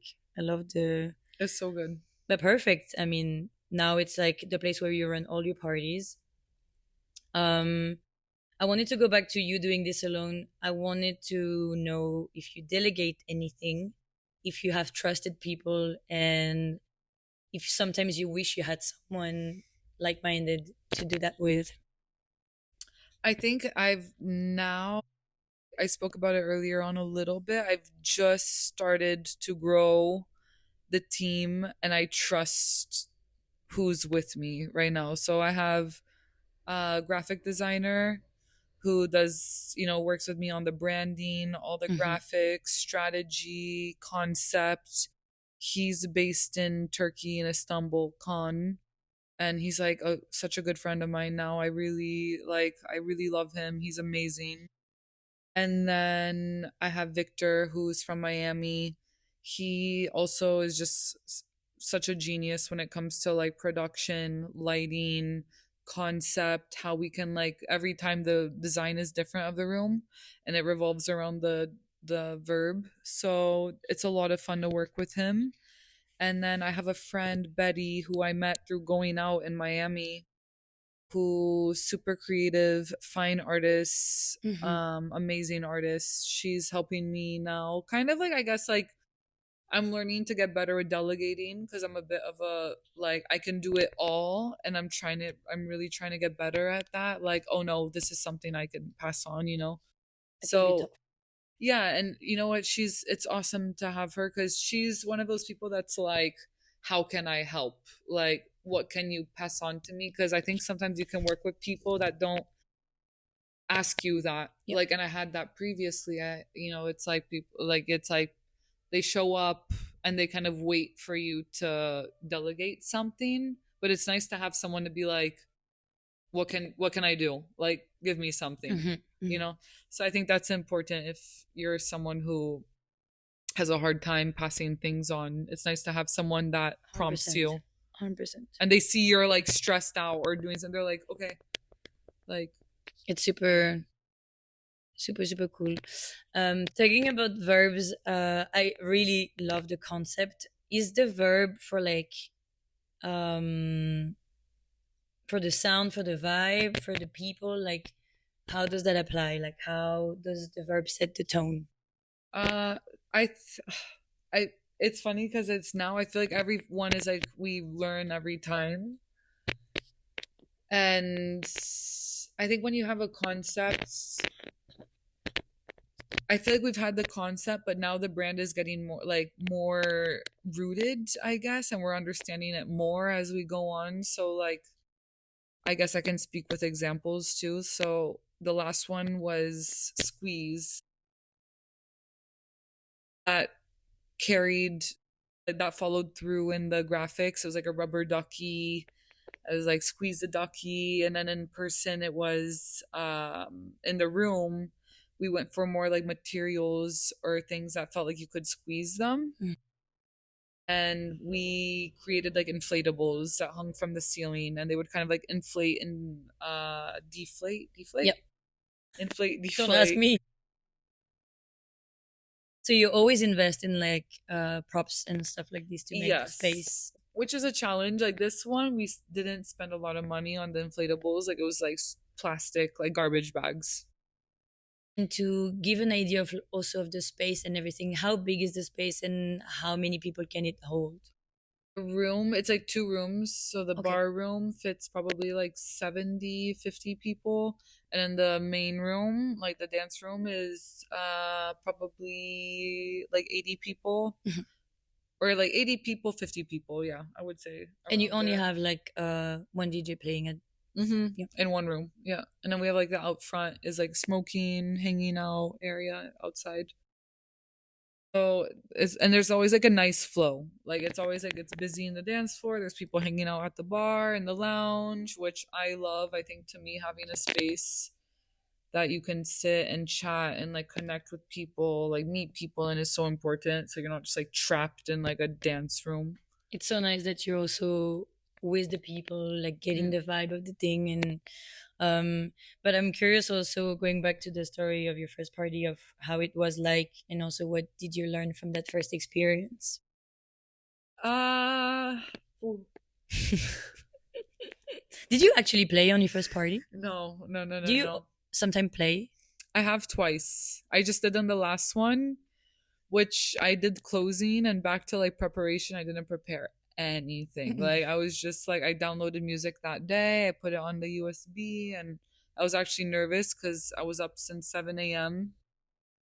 preparing for the party, and it's just intense. And then when it came to play, it was like I think I went on at 5:30 in the morning, so I haven't slept. I don't know my music. I'm also like I've been kind of partying, and I was like, oh shit. How did that go? Yeah, it went well. It went Can well. imagine. Yeah, I got on and I was like I went with the first track and I was like, okay. Second track and I was like, okay. It was fine. It was really You got the nice. flow of. I mean, it's your place as well, some ways. Yeah, but that doesn't make it any like an excuse. Like I'm like, if anything, it makes more pressure because I'm like, I have to deliver because Mm-hmm. like anyone I want, I book artists that I know can deliver like a certain quality that like I'm looking for. Mm-hmm. Like, Do you want to tell a bit about your first party though? okay, yes, yes, yes, yes, yes, yes, yes, yes, sorry. Okay. First party was cute. It was in a restaurant. It was someone I used to do bookings for this like bar called Boho House in Wynwood in like the like art district of Miami. And I was actually like I did bookings for this guy. I was very underpaid. Did bookings for him for a long time, and left that. And then when I was looking for a venue, very last minute, because I booked the artist, I promoted it. I didn't have a venue. I was looking for something perfect, and I clearly wasn't finding it. So I hit up this guy. I'm like, "Hey, can I use one of your venues?" And he was like, "Yeah." He gave me like one of his restaurants. Did it there. It was nice. I'll show you some photos. I think my takeaway learning lesson was I didn't really think about sound too much. Like I sound tested, but I didn't really check for like the hollowness of the room, that kind of stuff. Like it just didn't sound great.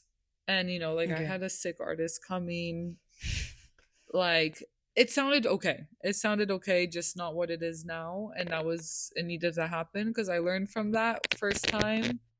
And with the crowd that was there, I think it was such a like just a lot of friends that came out to support, so it was perfect. Like I think it was a nice like welcome, Yeah. warm like gathering. Mm-hmm. Like I think a lot of people were, it was very chatty. uh it was dance, a lot of dancing, but I think by the end of the party there's probably like 5 people on the dance floor, Which including happens a me, lot. which was great actually. I'm like, I prefer this, like quality over quantity for Mm-hmm. sure. Like the people who are gonna show up are actually the people who cares, or like that has been follow up with what you do sometimes, and like that matters more than Hmm. like a random crowd of people who don't Yeah. are not interested. But if you had the chance to redo that party, doing everything you know now, like what would you do first, and what would you focus on? Maybe that Mm, would be great to for someone who's just starting now to do parties too. make sure you have the venue first. Okay. For sure. Like, Mhm. and there is a reason why, because I do think that this people get really excited. I do too. Like, you get excited with like an artist that's gonna be in town, and it's like, do not shoot yourself in the foot, because you are gonna be stressed if you have like, you've invested in this artist, the artist is excited to come, they're being maybe misled. So yeah, make sure you have the venue first. Sound is also like, make sure you sound test, sound check, and you are there for the sound check. Especially if an artist is playing records, because you can have someone who's doing the sound for you, and if they check and you're not there, and they say they check, and then something goes wrong, like I feel like maybe they probably didn't check, like, because no one cares as much as you care. Yeah. At the end that's the moral of the story. Like if you want to do something your way, you might Yeah, as well make sure exactly. it's the way you want it to be. Yeah. Because Because if even not, they're gonna do it their yeah, way, and it's like you're gonna be like, "What the fuck is this?" Uh, so yeah, I think those are my two big ones. um, or like I would say Other things I would say, like, what I would do differently is, um, yeah, sound check, venue. I guess I've going with like the vibe of a place, and like connecting to like an atmosphere goes along with like finding the venue first. The other one would be really, I still get hard on myself about this every single party, is like, I feel it's not like Berlin where people see a lineup on like RA or a poster on the street and they're like, I'm going to that. Like in Miami, you really have to like text, and I'm like on yeah, I the was about to ask for the streets. Like communication and I am like, I have like flyers in my purse always, and like I'll see people out and I'll be like, oh, this looks like someone who, based oh, on like how they're dressed, you're or like like if I'm at a bar, I'm like, hey, like you should come to this event that I I think put that's so cool to together. do that. I think it's important, because It's if you're just personal. relying on friends, and like friends of friends, it's going to be the same crowd every single time. I also like get like really crazy on socials, and I just like go through random profiles of like people, and like, who are these people following, who is liking this events page, Hmm. and then I'll like all of their stuff. Like I go through some stalker stuff. Yeah. But in a way, like promoting a party and making sure the right people comes are key Mm, to everything. yeah. If Yeah, you yeah, see a yeah. good crowd dancing and enjoying it, you kind of Totally. know you've communicated it well as well. Yes. And then I do think it comes to a certain point that I'm like, I feel that now there is more word of mouth. Like I Yeah, do feel like the events have been like quality and people know they're gonna get what they're paying for. Is yeah. like, it's a quality event, it's like a sick booking and it's a great space. So I feel like now it's more organic a bit. Is there a lot of your type of party in Miami? Or are you one No. of the kind? I do think it's one of a kind. That's Uh amazing. Did it help? Like, do you feel like now it's easier for you to communicate your party and everything, knowing that you're that one place where that one party happens? what do you mean? Like, maybe at the beginning communicating it was not that easy, but now that you've been a bit more known for being that one party in Miami, Yeah. maybe you don't communicate that much, or like, do you feel like it's still? I still go. I think it's now I think I am less with people I know personally, like, hey, you should come. Yeah, Because now it's like they know. yeah, And, it's like, I you have also, proof. yeah, you have proof. And it's like, I don't want to annoy people also. I'm like, people see it. They know if they want to go, they can go. Like, if they enjoyed it, they will come back. Like, I Yeah, think you have to allow room for new people to come too. It's like, you can't yeah. just I am always looking to attract like newer people rather than people that have been there before. What's the best way for you to promote an event, in the sense of like the wording you use or the pace or? It's so hard. I'm like, this is one thing I actually am looking for someone to help me with like writing because I'm Mhm. terrible with writing, and I think that's a huge insecurity of mine is like writing captions and like finding the tone because I love like parties that are really fun. Like Mhm. there's like those like quirky ones. Like I'm not trying to be that. Like I'm trying to like be as like I think uh it's okay not to be able to do everything. But as yes. long as you have the vision, you know what to look for. So you Yes. could look for those people easily Yeah. if anyone's looking for a job. Yeah. Hit my line. Help my girl out. Um, what makes a good party in your opinion? Or what makes a bad party if you? A bad party. Um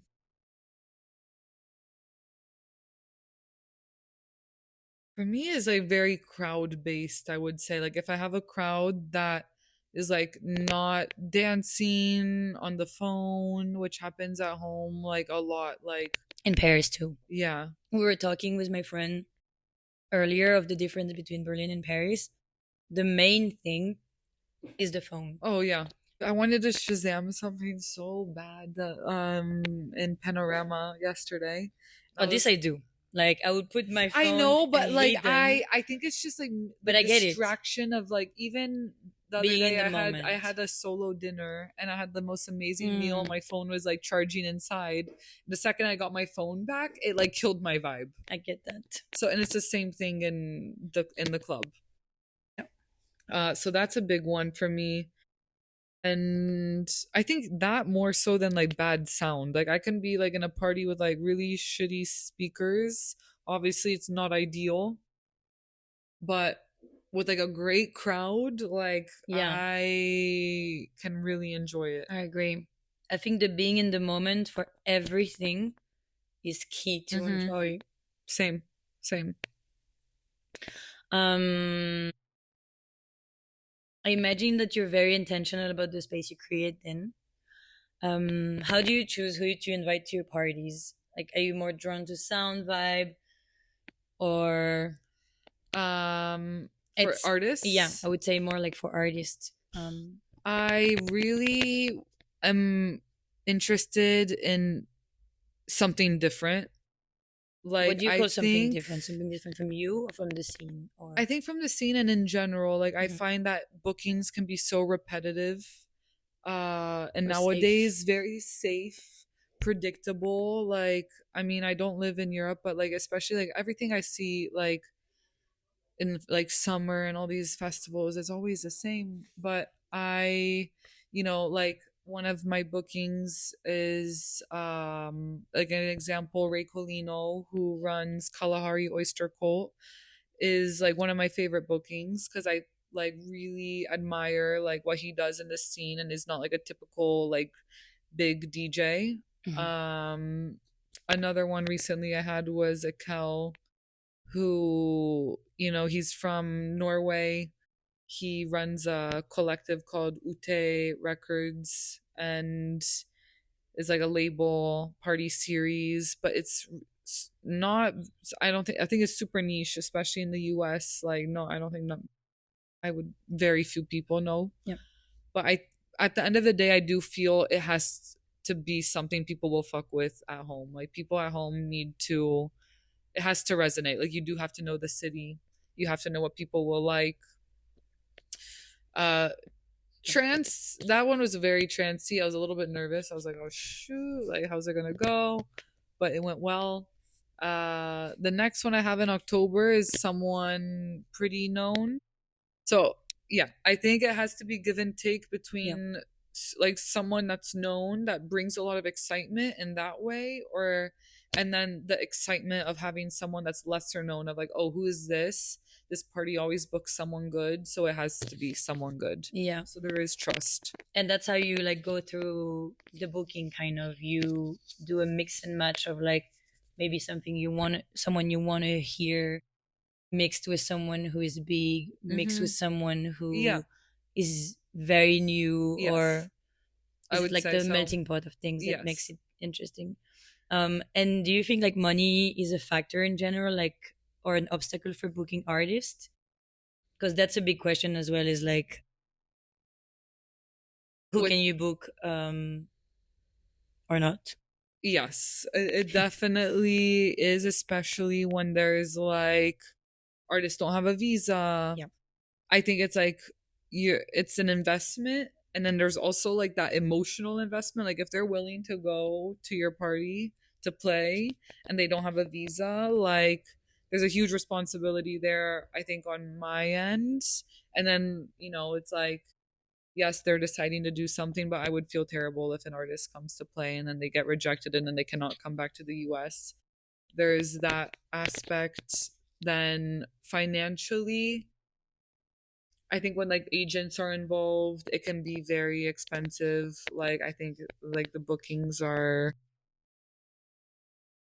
I don't know, it's difficult because I know I have a lot of friends that are also promoters and they want to obviously pay as least as possible because it's expensive to run this. Yeah. But then there's also part of me that's like, it's an artist and I want them to make their money, and if this is their price, like I don't want to have to Yeah. negotiate. Like I want them to be able to be And you compensated. would want to have the same, because you're also playing and you're also touring, or like Mm. you also go to places It's to funny play. because when it's me and it's like I know what it's like, I'm just Yeah. like, it's okay, I'll take like less. it's fine, like yeah. And I have to be better with like also like 100%. yeah, 100%. And I think people will respect that. yeah, And I mean, also maybe part of the reason you came was also you being flexible, but in many ways, I think people will completely respect your price if you're still nice. You can be nice and yes, also be assertive in that yeah. sense, which is also tricky because I've done some freelancing graphic Well, design and I'm always like, it can be, like I'm also like I'm like super amateur DJ. Like I don't know, like I'm like I'm playing and I'm so happy and I'm so like excited about it. it doesn't But feel this way, babe. also yeah, like also I like I don't know. I think I'm around so many artists that I really like respect so much that are Mhm. like this is their full-time thing, like this is how they are making a living. It's like they're producing, they're touring. So for me, I'm like, okay, like I get this like, we can call that an imposter syndrome, mhm. and everything. I also feel the same with work in general, but I think if those people arrive at a certain point, it's always the question of like, do I take it for experience, or do I stay on my usual price, and Mhm. do I keep on being assertive and like saying no when they cross my boundaries and everything, Yeah. or do I say yes this time for free because this is such a big place, or this is just such a big Yeah. party, and Intuition, you got to go with your gut 100%. feeling. Would you move your party for artists? Like if someone is like bring your party to Europe, you find your venue, I play for you. I mean, you just asking me that, like it's like you just saying that, I would just say yeah right now. Hmm. Like you, if you were someone like, come here, let's do something. Like yes, I totally would. I don't think you're afraid of like moving to places in general. Also because you have probably European roots, or you've been to Europe and you studied in Europe as well. Mhm. Probably it feels a bit more familiar. But I do feel like you have this very like, yeah, I'll go, Yeah. vibe, which not everyone has. Oh yeah, I think it's a little too much though. Like I think sometimes I'm a little, I don't plan enough. Like I'm very like in the moment, which can work against me many ways. Like I'm like, okay, I don't have a good plan here. Even financially, I'm like, oh shit, like things are too expensive to do now because I've waited too long. But you had proof that it worked in the past, so it will Yeah, work it's again. we're here, it works. Yeah, you can't. I don't stress too much But about those that goes things. back also to what you were saying, like in school, being in some ways adaptable, or like um, that it's easy for you to get with groups or different people or different places, because in the end, this is your strength Hmm. now, to be able to adapt to people who comes from different places and being able to create that safe place. I mean, we come from very different background, but somehow we could connect because you're this way and because probably I'm this way. And but Yeah. everyone felt the same around you those past 2 weeks. They admire how you don't push when you don't feel like it, admire Yeah. how you trust your guts and your instinct when it comes to even partying, digging, whatever it is. It's really like this, Hmm. the sense that you trust yourself, so we trust you. It's Yes. a Yeah. give and take. That's a good way to put it. Yeah, but it's taken a long time I think to like get to this point because I am an overthinker. Mhm. And I think what has helped me get out of the overthinking pattern is relying on the gut feeling. So this is like a newer thing for me where it's like, oh, okay, I'm having this feeling, I should probably listen to that. How do you differentiate gut feeling with anxiety, with like curiosity?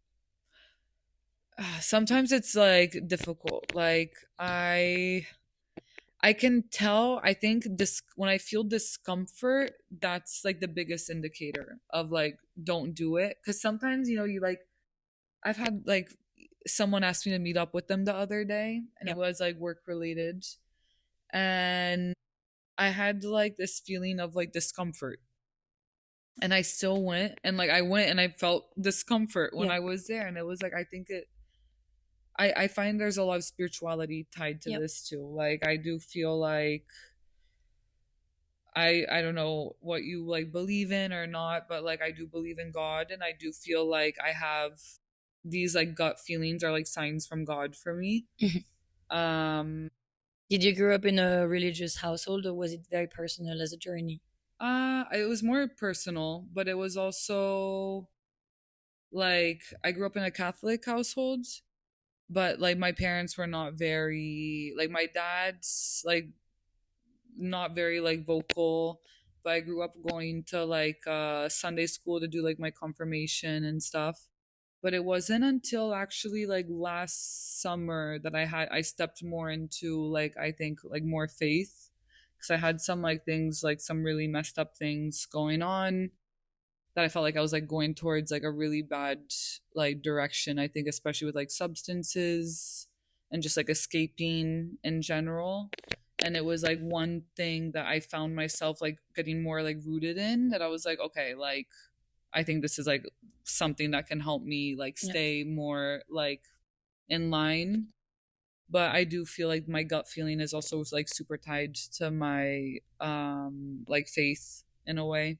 I get it a lot with spirituality, because I think when you feel very down, you want to believe that there is something higher than yourself and Mm-hmm. higher than the reality you live in, that you can hold on Yeah. to get you out of there, even if it's just a passing moment or if it's something Mm-hmm. that will keep you for the rest of your life, whatever it is. I do feel like this the strength you get from that is unmatched. Totally. Even Yeah. if it's the universe, even if Mm-hmm. it's like Yeah. not tied to a religion or anything, Yes. believing that there's something higher and that your whateve you wish for to come to Yeah. life is life saving. 1,000%. 1,000%. I think like whatever like you find to be like that anchor, like it can save a life. 1,000%. Yeah, and it definitely took me like I had like a major like awakening like spiritually that like I feel like instantly like changed the trajectory of like a lot of things. Like I think I was it changed a lot of like negative self-talk that I had into like positive. I started to see myself, I started to see life in a whole different light. I lost a lot of desire to like do substances like often. I instantly stopped vaping. Like just like a lot of things. Mhm. Like I swear my life changed like completely. And did you feel like this was a inner calling and like you did it on your own, or did you met someone, or did you read something, or did you come across some? I have like a really dear friend of mine who's a DJ in Miami. Uh, he his name's Elijah. He goes by his like alias is Elias Garcia. He's an amazing techno producer. He's touring. He's doing like sick stuff right now. But he's also very spiritual, and he like I was really going through it. Like I went to Deck Mantle last summer. I had like a crazy 3 day bender that like I just didn't sleep, and I came back home and I was just like I had a down what is it Yeah, called when you just crash. crash, like a literally like 2 week crash that like saw no end. I was just depressed, and he just said something to me like that kind of like spoke to me, and I was like, how do you know like what I'm going through right now? Like he, I didn't even like tell him what I was going through. I was kind of like masking like everything was okay. And he said something to me that like kind of just like I was like, oh wow, like I think what I'm going through right now is like very like spiritual. Like it just felt very dark, and I didn't feel like myself, and I did feel like there was almost like a dark entity that was like just like holding me back and wanted me to be down. And the second like he like said that thing, like kind of like explained it, like what I was going through without knowing what I was Mhm. going through, I was like, there has to be something in this universe, for me is God, that knows what I'm going through and has used this person as a tool to take me out of like what I'm feeling. So, and then just like from that moment on, like I think it just like really changed my, That's crazy to have a shift. oh, like overnight. It was crazy. Like it felt like a supernatural experience, honestly. Like it might sound crazy, I but don't think you sound crazy at all, and I yeah. think you radiate that energy too. And I think by doing what you're doing and pursuing what you're pursuing, you give a lot of hope. In like me meeting you was like, there's so much I should do. Mhm. It was just that, I'm it's like glad. there's so much I should do. There's so much like, and it wasn't like a if she can do it, I can do it. It was more like a I also want to do the thing that like I like and I'm passionate about, because you carry so much like enthusiasm around like anything that you're interested in. And we talked about food, we talked about cinema, we talked about music, we talked about partying, we talked about so many subjects. And I think you're someone who is very curious and really get there and Hmm. get the point of what's worth it and not. And I think so far um mainly talked about positive things, but I think you bring also a lot of humor into dark stuff, and Hmm. you're able to share and be vulnerable in ways that like feels light Hmm. and enjoyable to listen to. It's Yeah. like I think you're very capable of. I think you took a lot, and I think you've experienced a lot in your life Hmm. that probably brought you to this serenity in that sense, or like this acceptance. Hmm. But I think you're someone who also is very acceptant and Yeah. who's you're reading two Thanks. signs also, because it also gives you that. I mean, it's something you have in you. It's not like I do feel, yeah, I mean that's all very nice. Thank you. Um I I don't know. I also do feel like it is a dark space, like Yeah. in many ways. Like there's so much, of course, like happiness, and like, people like go to, like we went to Panorama Bar the other or yesterday morning, and I was like looking around, and I'm like, you see people like crying of I've seen happiness. so Yeah. many people crying. I Mm-hmm. went to the toilet. I lost that moment, and then I came back. Everyone was Yeah. crying, and I was like, "What Yeah. happened?" But I think it's like people get to that point because people are like going through so much like dark stuff in their life or whatever they're going through. Everyone's going through Yeah. something. And we're all looking for like an outlet to escape and like find happiness or comfort. And we're looking for peace. We're looking for Yeah. joy, like Fulfillment. fulfillment. This is a big one. Mm-hmm. But I think in a lot of ways, it's like growing up and going through it is like, how do you find the healthiest way to cope with what you're going through? Mm-hmm. And how do you find the people around you? The people you surround yourself with has so much impact on how you deal with things, how Yes. you're capable on knowing you can rely on others. Yes. It's hard to find, I would say most of the time, but once you're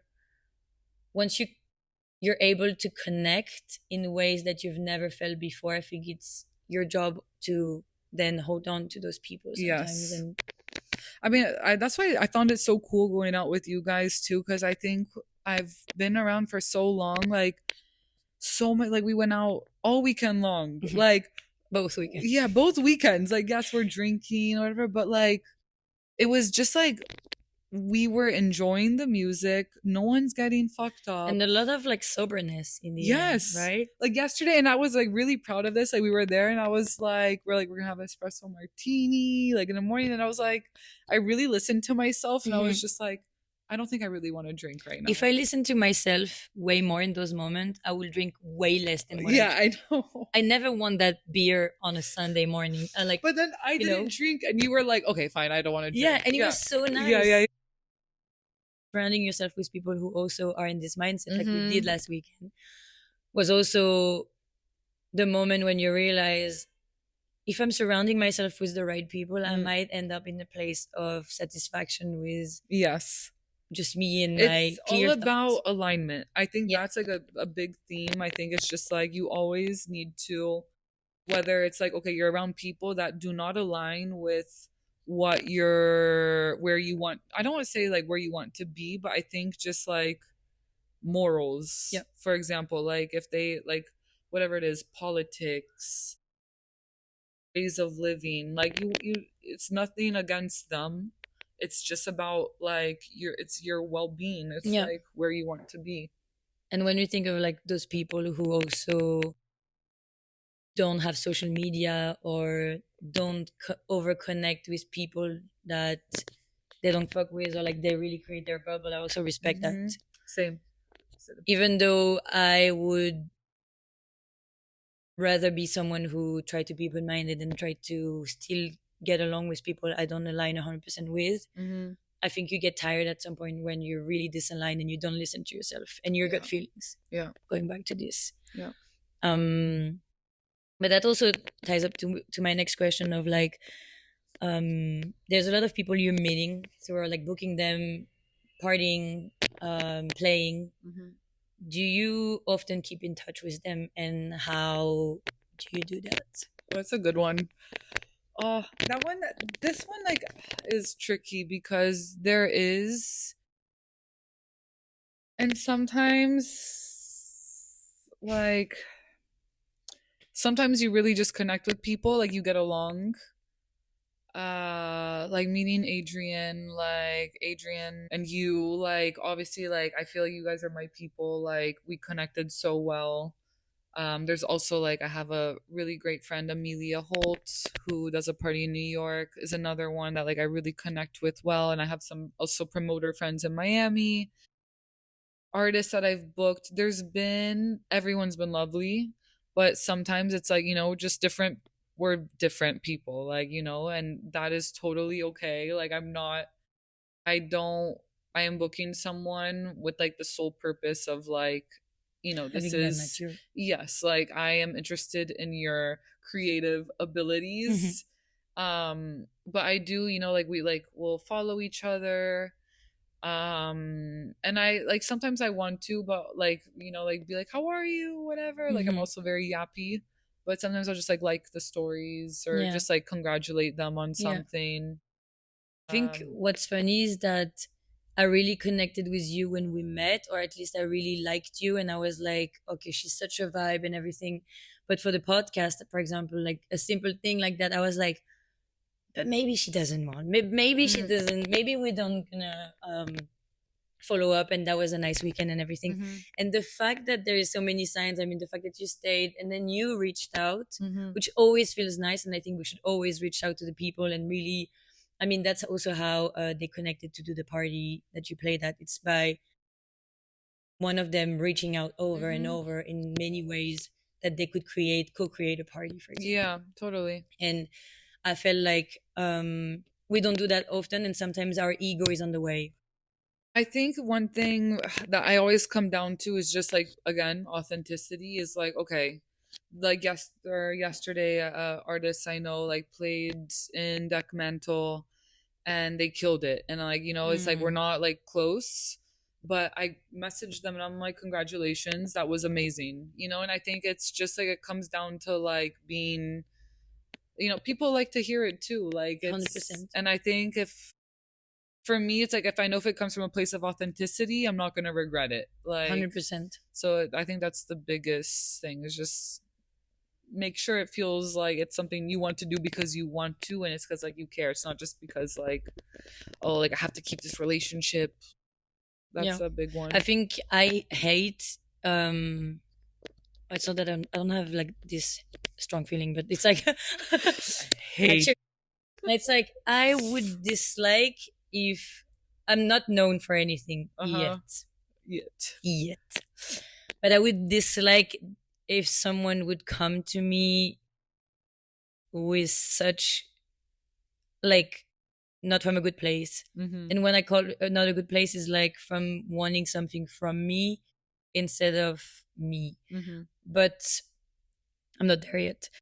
But in some ways, it's also like I wouldn't reach out to someone just because they're known or famous or I could get something from them. I think in some ways, I know that people just always say like, but you have to ask people around you, ask for help, ask for, they will give you the tool to do this and this and that, which is very different to be like, hey, I'm doing a party. I will need help with like this, and that. Can you help me?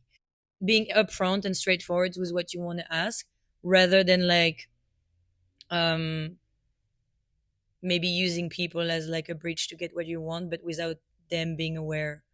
Like I think the honesty is like the key of like good relationship. And when it comes down to like what you said about people like just keeping in touch for the sake of keeping in touch and Mm-hmm. there is nothing there.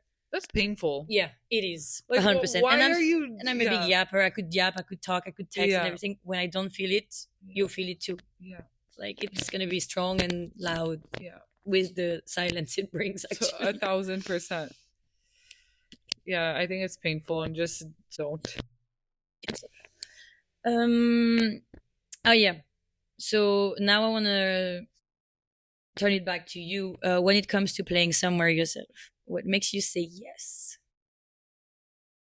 Because we talked about gut Mm-hmm. feeling, Yeah. but there must be something else. I think now when I was younger, it was just like yes, yes, yes. But now it is more selective of Mhm. like, does this align? Like I look at the whole lineup, I check out the party, like what have they done in the past?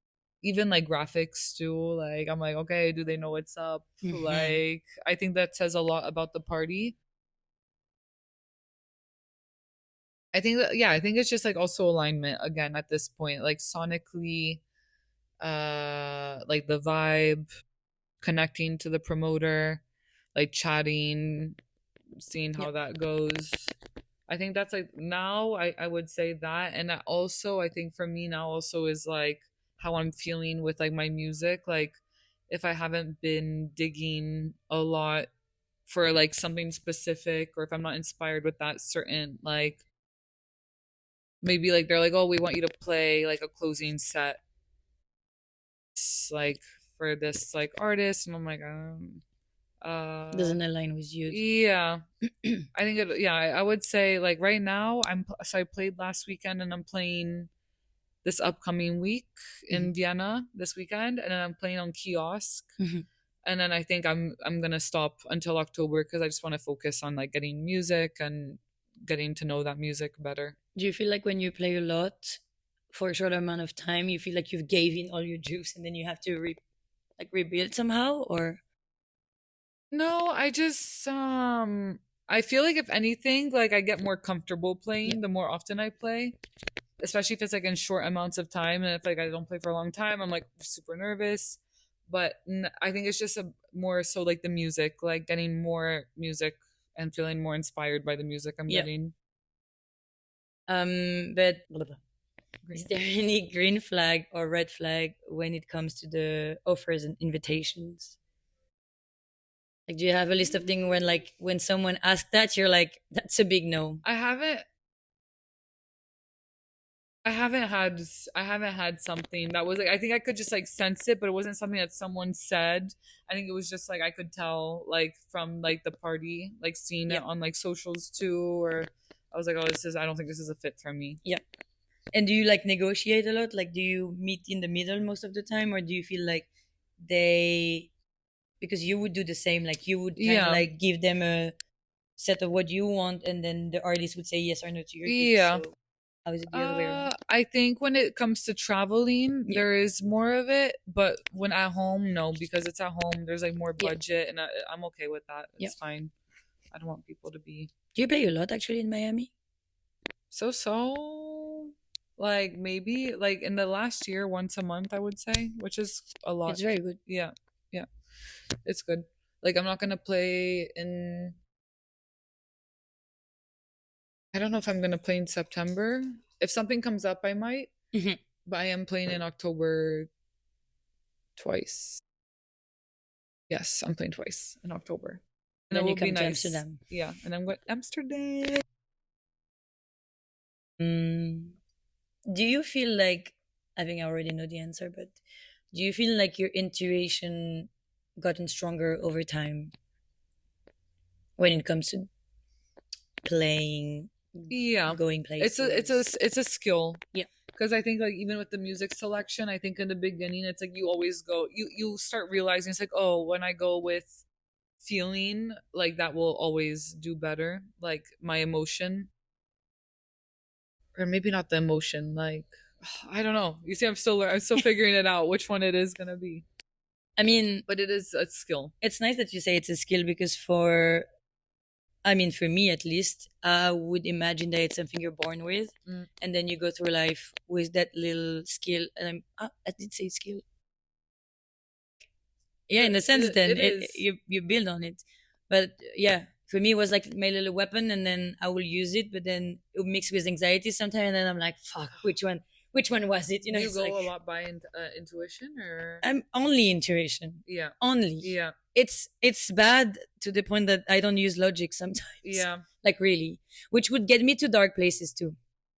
That's the problem, you know. It's like my intuition. Sometimes it's like I feel like it's so sharp. I'm so convinced. Yeah. Even watching those videos when they're like, "That's good though." Color is in my hand, and then I'm like, that's the color, and it's wrong. You know, but which I love when I'm wrong. I love when I'm proven wrong, because it means that all my fears are just in my head and they're not real. Like I love when I get something wrong. I love when but I'm on the intuition. Jumping to the conclusion. Yeah, logic is not part of my life whatsoever. And I think sometimes when I have to vocalize things out loud sometimes to realize how dumb and so crazy and stupid it sounds. Yeah. Otherwise, I'm like, if you could have a pick in my head, you would not even be sitting here. Yeah. Because in the logic thing, I find that like with logic, you can go with logic, but at the end of the day, you might just be like disappointed. 100%. And I don't go by logic as well. We're good. Like life is gonna end anyways. Like nothing's what's gonna happen. Like, yeah. You might as well go against it. I mean, if I was accused of like murder or something, and like someone will trace my day. They'll be like, "Why did you do that?" I'm like, "I'm asking you." Like, there's no logic in anything that I do, to the point that like Yeah. nothing. Yeah. That's why I don't trust people on logic as well, because I'm not like that. So Yeah. because I'm not built like that, I cannot relate on someone who is like, "But that's this and that," and I'm like, "What do you mean?" Like, It's it just just doesn't. logical. This doesn't make You're sense to like, me. you're wrong. And I think I got proven also by my friends. Like, they could like tell you probably that I'm 90% Yeah. intuition, and there's nothing you can do about it. Yeah, but that's what makes you like who that's what makes you who you are. Like you I hope you don't change that. I don't think I can, but I'm definitely all over the place, and probably shows in this podcast. I think we're both like You're all over the place, very. but you're doing it, and this is your fourth episode. I'm I'm enjoying this very. conversation. Yeah, I love it. I really Yeah. love it. I feel Yeah. like I'm getting even more, even though we talked probably about all of those We things. need It's like we in depth. I want to see like you interview yourself almost. Like You that know, would I be thought about this. crazy.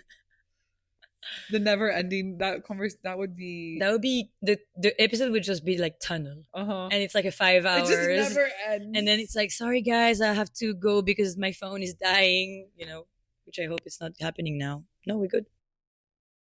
But talking about all of this, I think we have a perfect transition to talking a bit about your fear and doubt, um, because I think we all have them in everything that we do, and I still get anxious just going dancing, Mm-hmm. not even being behind the booth or like organizing it, just going dancing. So I can imagine how it is to, and the level of pressure you have to create a party, to make it great, or to make people happy. Seems like a big thing. So, basic question, but do you get anxious before playing or organizing something big? Yes, I do. But I think I deal with it a lot better in the last year, I would say. Like I Mhm. feel like I really believe if you have an opportunity, like there's a reason why you have it. And it's I think I always fall back on, I practice, I care, I try to fight that like imposter syndrome like as much as I can. And I'm like, there's a reason why I'm doing this. Like I really feel like I reason with myself. Yeah. So that I have more comfort. Like, you had proof that it went well, like we Mm-hmm. said, and Yeah. then this comfort you into. Like there's always something that keeps coming. So I'm like, why do things keep coming? I'm like, there has to be a reason why things keep coming. Yeah. Like I may not be like with gigs, I'm like, I get really hard on myself for Yeah. sure, but I'm like, I keep getting booked again, Mm-hmm. especially by people that have seen me play. So I'm Mm-hmm. like, I must be doing something right. And like, I also like, I'm just starting in a way, like, it's gonna get better. Like, There's I, probably tons of people who have seen you play and would love to book you but didn't even dare, because I think we're so bad at like reaching out to artists that we like and just being like, yeah, "Hey, can I interview you? Can yeah, you yeah, you never know. come You over never and know. everything?" It could be.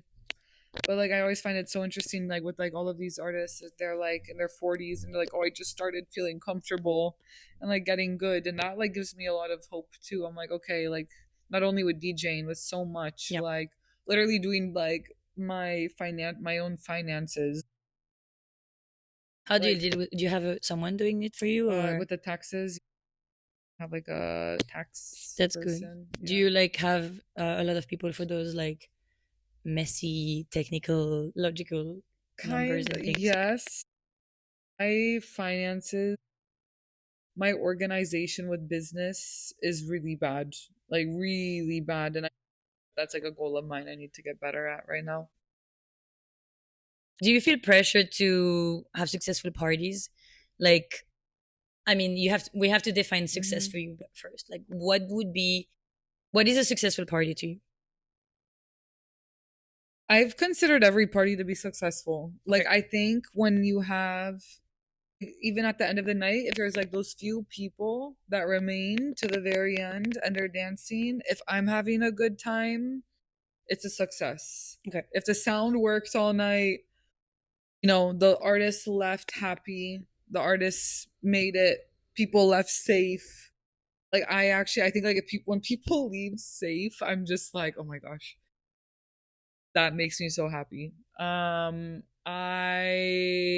think like all of those, no technical issues, no major technical issues. Artist is happy.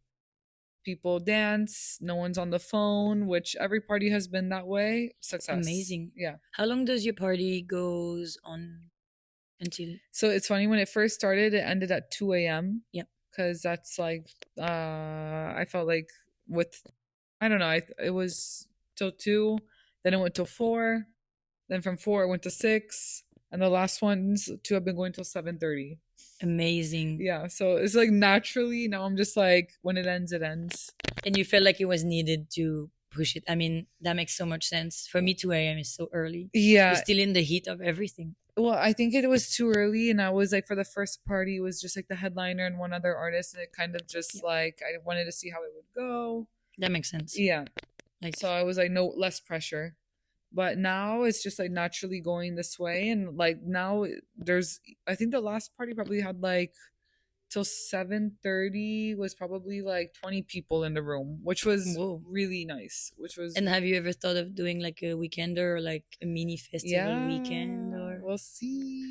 Oop, Yeah, it would be cool to keep it going till like the morning, and I can have more artists. Like, I think that's the goal, is just like keep growing the lineup.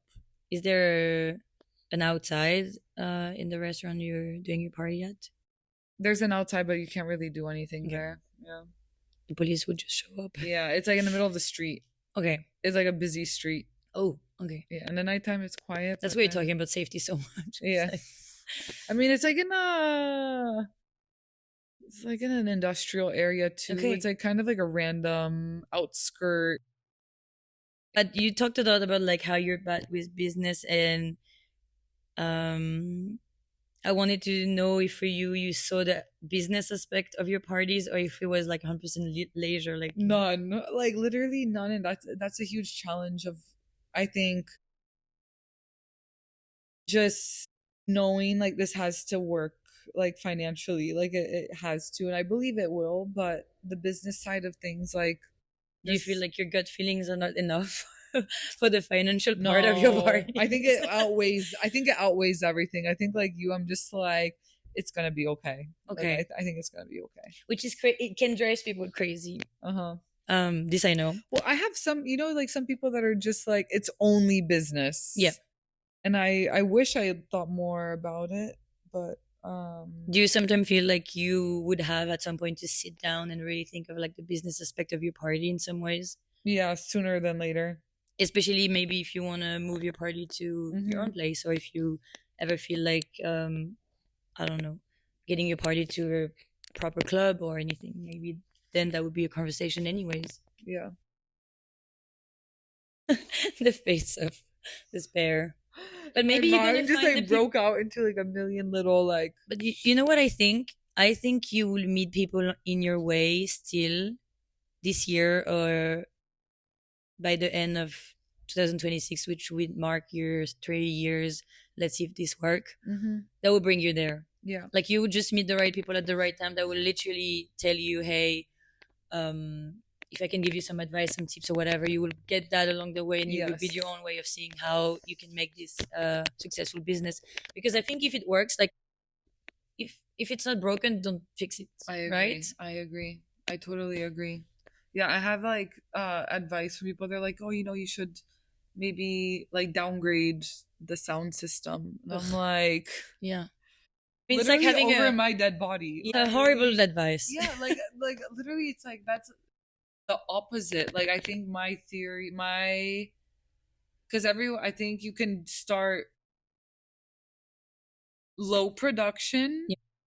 In Berlin, this would work really well. Like, like you have a party, you don't have the funds in the beginning, your party does better, you get more funds, you keep upgrading. Yep. I don't think that will happen in Miami. I think in Miami, you really have to capture people in the beginning. So I invested like more in the beginning. It's like have the great sound system in the beginning. It's like, oh, okay.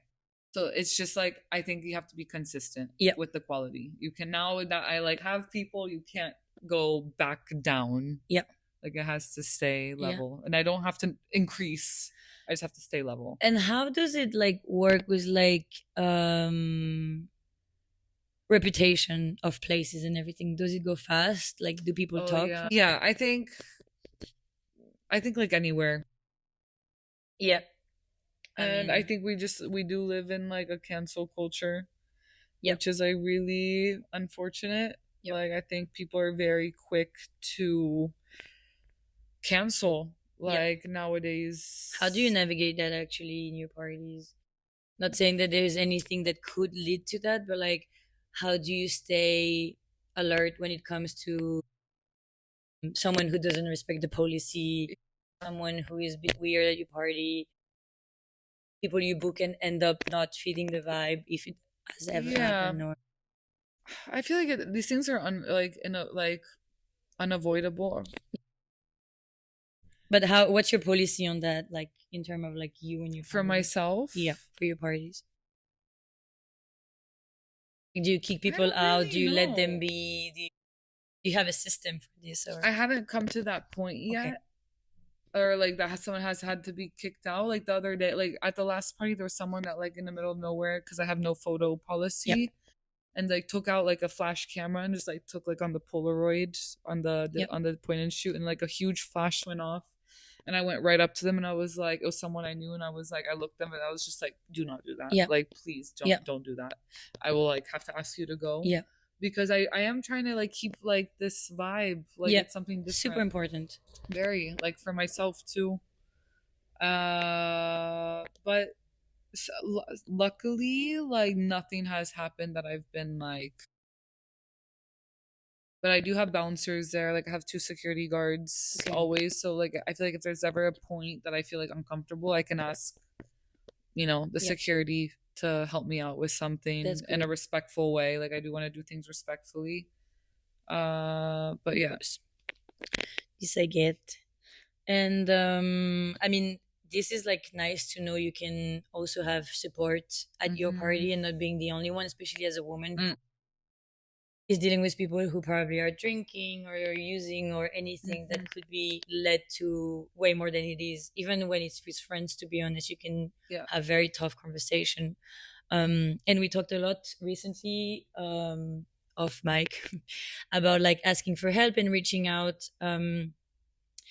Do you feel like there is anyone that kind of guide you or kind of like helped you get to where you are now in ways that like, or do you feel like there is that like constant guidance around you with like people? How easy is it for you to reach out and how was it at the beginning to get your people kind of to get to? There's very few people that I trust Mhm. to ask. Um, like honestly, I feel like Adrian and Manuel would be like two people I could like really like trust, and like I have a really good intuition and like gut feeling also about them. It's like I feel like okay, my friend Amelia. I have a friend, Gami, at home who does a party called a few different parties, but they go under the name Ultra Them. Is someone I really trust. So you would want people who already doing exactly what you're doing and see how do you do that? How do you manage that? Hmm. What would be like the main question you think you will go to them for? I think like the other day, like I asked my friend Gami, I asked her like I needed help unbooking someone. Mhm. Like, like the lineup came together and I just started feeling like intuition was just like this is not a good. I changed my mind. I think for this party it's not gonna fit. For another party I would like to move them. And then I asked one of my friends, he was like, do not unbook someone. That's kind of fucked up. And then I was like, but also it's like business, and like in a way it's like this is for the sake of the party, like I Have want you it to ever? flow. I did. I ended up unbooking this person, but it comes with like, I want to put you on another Yeah. lineup, like something that's going to work better for you, for the whole Yeah. lineup, for That's the nice also to party. be Yeah. honest and to be upfront with those Yeah. things. But I asked this friend, someone that I trusted. Also when it comes to like finances, asking people things. Yeah, there it's I'm selective, I guess, like who I ask. But yeah. And so they did tell you not to unbook, and you did still, Oh yeah, or she looked at she was like, "Who is this?" She's funny. She was like, "You don't need to book this bro." Like this is like she's like, "You don't need to book this bro for this right Mhm, now." Like she was like, "This can like wait for like mhm. another party where aligns better." But that's nice. I think in a way that works out for everyone. This is the way. Mm-hmm. Always the way. Okay, zooming out a bit. Do you feel like you're building something long term, or do you think you're living in the moment, like in the now? Like, okay, it's happening for now. Let's see. Or do you feel like you're already there? You're already in the long term tunnel. It's a little bit of both, Mhm. but I would say I'm more short term, like midterm. Let's say like in the middle of short term, long term, because I was having this conversation earlier about life longevity of like clubs and events, and I think what's like beautiful about like having like an event or a club too is like it has like an expectancy kind of like it's not around forever, and I think that's like the beauty. It's like, oh, like you had to be there. Mhm. And I think I think I don't want it to end soon. Like I want it to keep going, and I know it's gonna keep going, and I know it's gonna get better. I really believe that, and I have a lot of exciting plans. Like I have like the next 3 parties planned out, um, and I'm very inspired with like those directions. But when this ends, there's going to be something else. Like one door Yeah. closes, another one opens. And yeah, that's the beauty of having a party, I think. Eventually, like people like also in Miami will be like, oh, you remember Verbs? And the way we do now, it's like, oh, do you remember that club? And it's And like, you can build on it. That's the yes, beauty of it. yes, completely. It's like even when we talk about clubs that closed in Berlin or party that ended, you kind of feel like, oh, this was this old Mm-hmm. thing, or this give you like the foundation to Yes. then Yeah. make a Like name for it's yourself. when it comes to like institutions, like like there's very few. Like Berghain is an institution, and I think really like one of the only ones in the world that really have maintained that consistency, which is really incredible. I agree. I agree. Like it's really amazing. It needs to be studied. Probably has been. Yeah, We yeah. could do a little. I mean, we can do it. Should we Like have? definitely next time we go, we're gonna be sitting down. Like We're gonna yeah, explore. Ask. I'm gonna have some bring bouncer the mini over. mics. Bring the I would. yeah, No yeah, camera, only yeah. mics, sounds. I don't think we can hear so properly there. That would be the only. But big question for you as well. Like, when do you feel most aligned with yourself lately? When it comes to thinking about those big next steps and you creating and places you are at, is there a moment where like you feel like when you're in this like perfect stars align kind of vibe? I think it's just like trusting God, like Hmm. fully. Like Hmm. for me now, like I like really just like I think I have a lot of faith that I've gotten this far in life. Literally, like for every single person, I'm like, we've all gotten up to a certain point. Like when you've gone through so many like difficult times, it's like, oh, like how am I gonna get out of this? And you get out of it. But I think I'm just in the moment, I guess. Like I don't know. Yeah. I really just like trust in the path. Like Yeah. I try not to overthink it. I try not to be too anxious about the future. Yeah. I try not to get too caught up in the past. And I really just try to be like, okay, what do I have in front of me? What's going well? What do I have planned coming up? And just don't get too far ahead of that. Yeah. Because within like that time frame, you meet people, new opportunities present itself from every opportunity you get. It's actually crazy if I even look back from like the beginning of the summer and I'm looking back, I'm like, I overthink so much sometimes that it get me way too ahead of anything that Mm-hmm. even happened yet. And the amount of people I met in the way already Mm. in the last month Yeah. is just perception shifted like 5 times of how I wanted to do things, how things would be okay and everything. Like having trust is super hard, especially dealing with uncertainty and everything. But once you can get to that place, I don't think it's ever like a fixed place. I think it's like you can keep on trying to get there, Yeah. and it's a long life journey kind of thing. But It is. I mean, yeah, I guess like feeling comfortable. Like right now I'm a very big like routine person. Like I love being in a good routine like at home. Like I mm, really love um like obviously going out on the weekends, but during the week, like I really like to like wake up, like do yoga, do some like exercise, walking, I love writing, mhm. like trying to be offline my phone. I think like being away now. And you do journal a lot. Mhm. I journal a lot too, every Mhm. day Yeah, almost. same. I have to write things down. I have to. Do you do it in the morning or? Depends. Depends. Because I think when I'm feeling low, the spiraling happen in the afternoon way more. Because Mm. like the afternoon is so random. Mhm. Like Oh, I do have my morning routine. I do have like yeah. I would do two Pilates. I will have my matcha or whatever coffee. I will have a breakfast. This is like fixed. And then Uh-huh. there's a little bit of times that you can work, like maybe from 9 to 11. Then you get hungry. Then Uh-huh. you have lunch. But then the spiral, like the afternoon is so After random. it's And then the random. spiraling happened then, Mhm. especially when I'm alone at home and like there is a lot that happened. From Like work or it could be yeah, anything. It could be anything. like the weekend, could be friends, could be You relationship, start could be yeah. overthinking? It's like I would loop into things and then I'm like, dear God, I'm spiraling right now. And I have to write things down. That's Yeah. when I feel like, okay, You whatever is get to the happening now. but I like honestly journaling gives me so much clarity. Like Yes.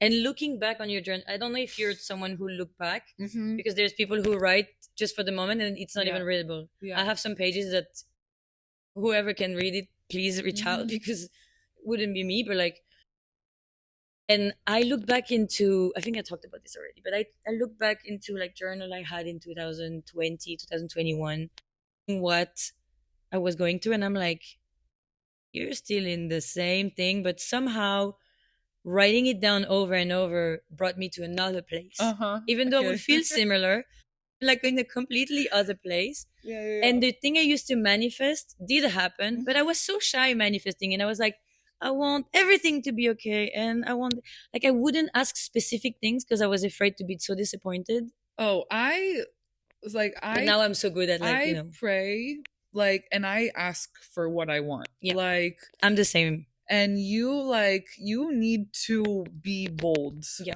Like you need to ask for what you want and you need to ask for like no matter how crazy or big it is. In great detail. Yes. With all the details you Yes. can think of, colors, Yes. sound, whatever it takes. You really have It's to go you do. Mm-hmm. because this is the only way you can visualize it. I Yeah. remember I mean I talked about this in the friend episode as well. It's like if you want a certain type of friend, a certain type of people surrounding you, Mm-hmm. you have to ask exactly for the characteristic you're looking in, like Mm-hmm. peop like people you want to be surrounded with. Like it's Yes. the only way you can then filter faster. Yes. Yes. Yeah. And it sounds a bit harsh, but No, it's not. it's not. It's like It's not. We don't have that much time here. Like, we gotta be do it fast. do it. Do it. And I mean, it's crazy how much time we can waste on accepting a situation that doesn't align with you, Mm-hmm. and in so many ways, giving up on things because they sound complicated. Like when I see people around me doing things and the way they do things, I'm like, okay, I can see how they had no idea how to do this, Mm-hmm. but somehow the idea that they had brought them to ask question around, to rent places, Mm-hmm. to do things badly. Bring them to do some. Yeah, they did it. Yeah, Like that's the most. like impressive thing. It's like they did it, and then from that experience, what you get feedbacks. You get people that You tell learn you, something new. yeah, you learn things. You know where to get better next time. Mm-hmm. You That's the only way. And sometimes it's hard for me to pursue, like to Pursue, persuade. Yes, persuade, yeah, persuade, persuade, to persuade, to pursue.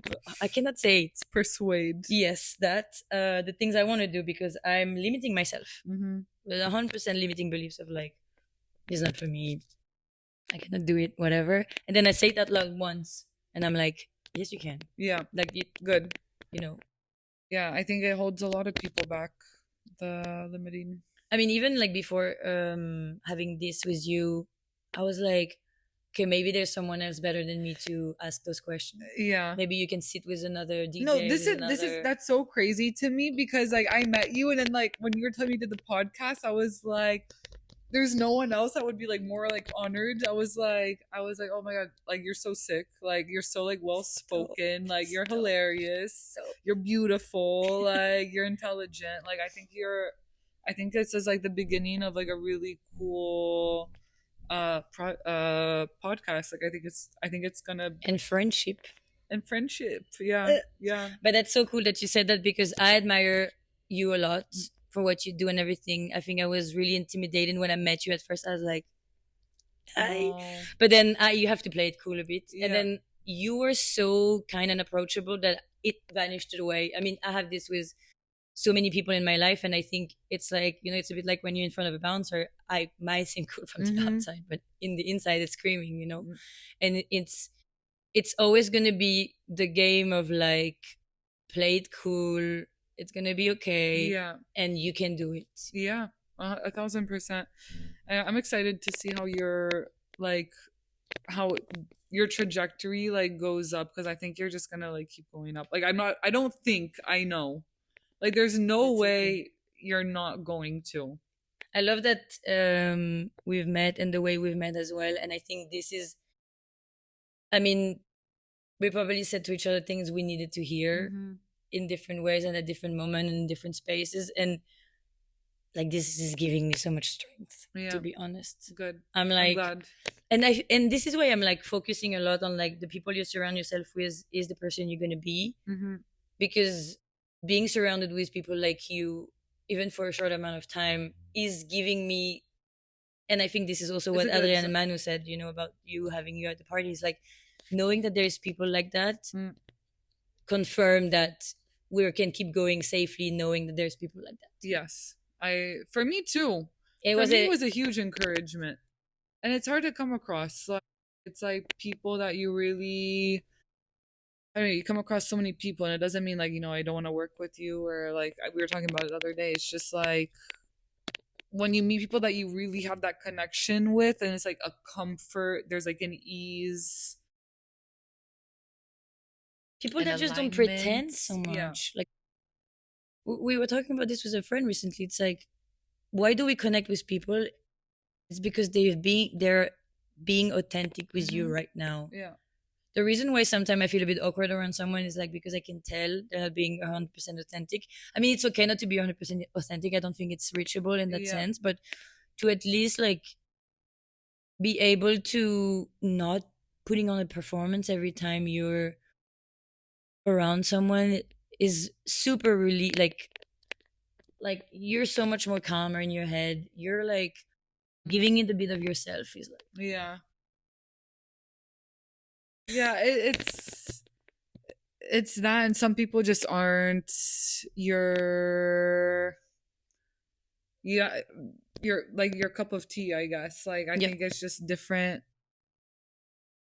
you know it straight away. Like, this is what intuition comes down to, is like when you meet someone, you feel it in your body Mm-hmm. very strongly, and it's very Yes. quiet, it's Yes. calm, it's like nope, or yes. Mm-hmm. You know it straight away. Yeah.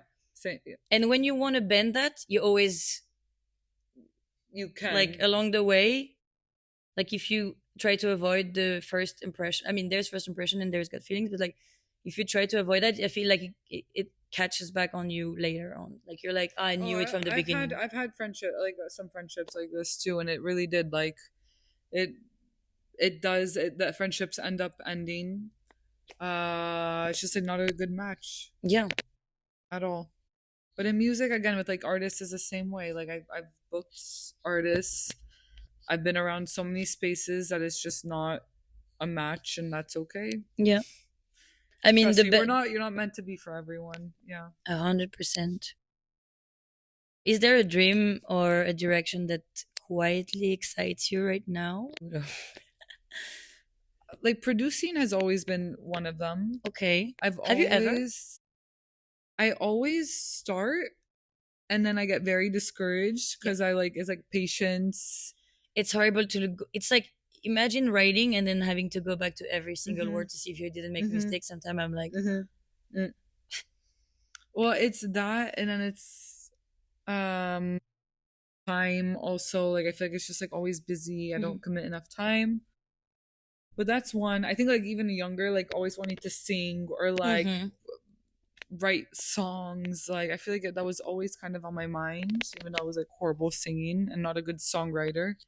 But yeah, producing would be one of them. And you don't want to I do it badly, like to put out there something a bit. I would, Okay. but like have I listen to so many like wonky productions that are so fucking weird, and Hmm. I'm just like, I just need to make some weird shit that I'm like into, and like just experiment with sounds and just not put any expectation Yeah. on myself.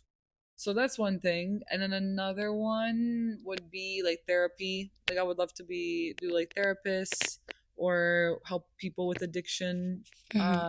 I have like a family member who's deep struggling with addiction. Um like more I guess on the like social like health care, I guess, with therapy. Is this something you want to do completely outside of music, or would you somehow link them? I would like to link it, Okay. like artists, like help out artists, especially because I think it can be difficult with touring artists or Yep. like DJs that don't really, it's such a specific lifestyle Hmm. that I feel like, I'm not like touring all the time, but like I'm around, so I hear so many stories and like I feel like I could really learn to hone, I could really hone in on this skill of mine Hmm. and help artists that are like mentally struggling with, like imposter syndrome, Hmm. negative self-talk, addiction, substance, maybe not necessarily an addiction, but just like substances, happiness, all of these things. Do you um have an idea of like how that will look like? I not really like this has been on my mind for a long time. I just have to figure out. I think it would be probably like in like my Hmm. 30s. I would do this probably You're in the 30? next. You're 30? Stop. You 30? I mean, that's a beautiful, beautiful project, and I think that would be very helpful. I was watching this movie last night called Beautiful Boy. I don't know if you watched Yeah. it. Oh, it's so good. I woke up with the biggest Oh, eyes because of how much I cried. I think I cried from minute 10 to the end. it's with Yeah, Timothy. Yeah. I cried so much. What I got from it though, It's very real. How accurate it is yeah, to go through someone in your immediate family with an addiction. That movie pinpoints it. It's crazy.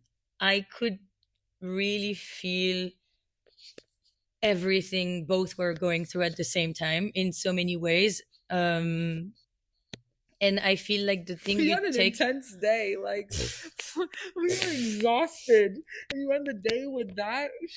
I and yeah, I was like, let's wind up, like Let's wind down. let's wind down with this movie, and then I was like I really Yeah, I suffered from the yeah. like, but I was like the thing I got from the movie as well was like the moment where the dad is kind of like realizing because of his wife, so the stepmom of Mm, Timothée Chalamet in the movie, Nick,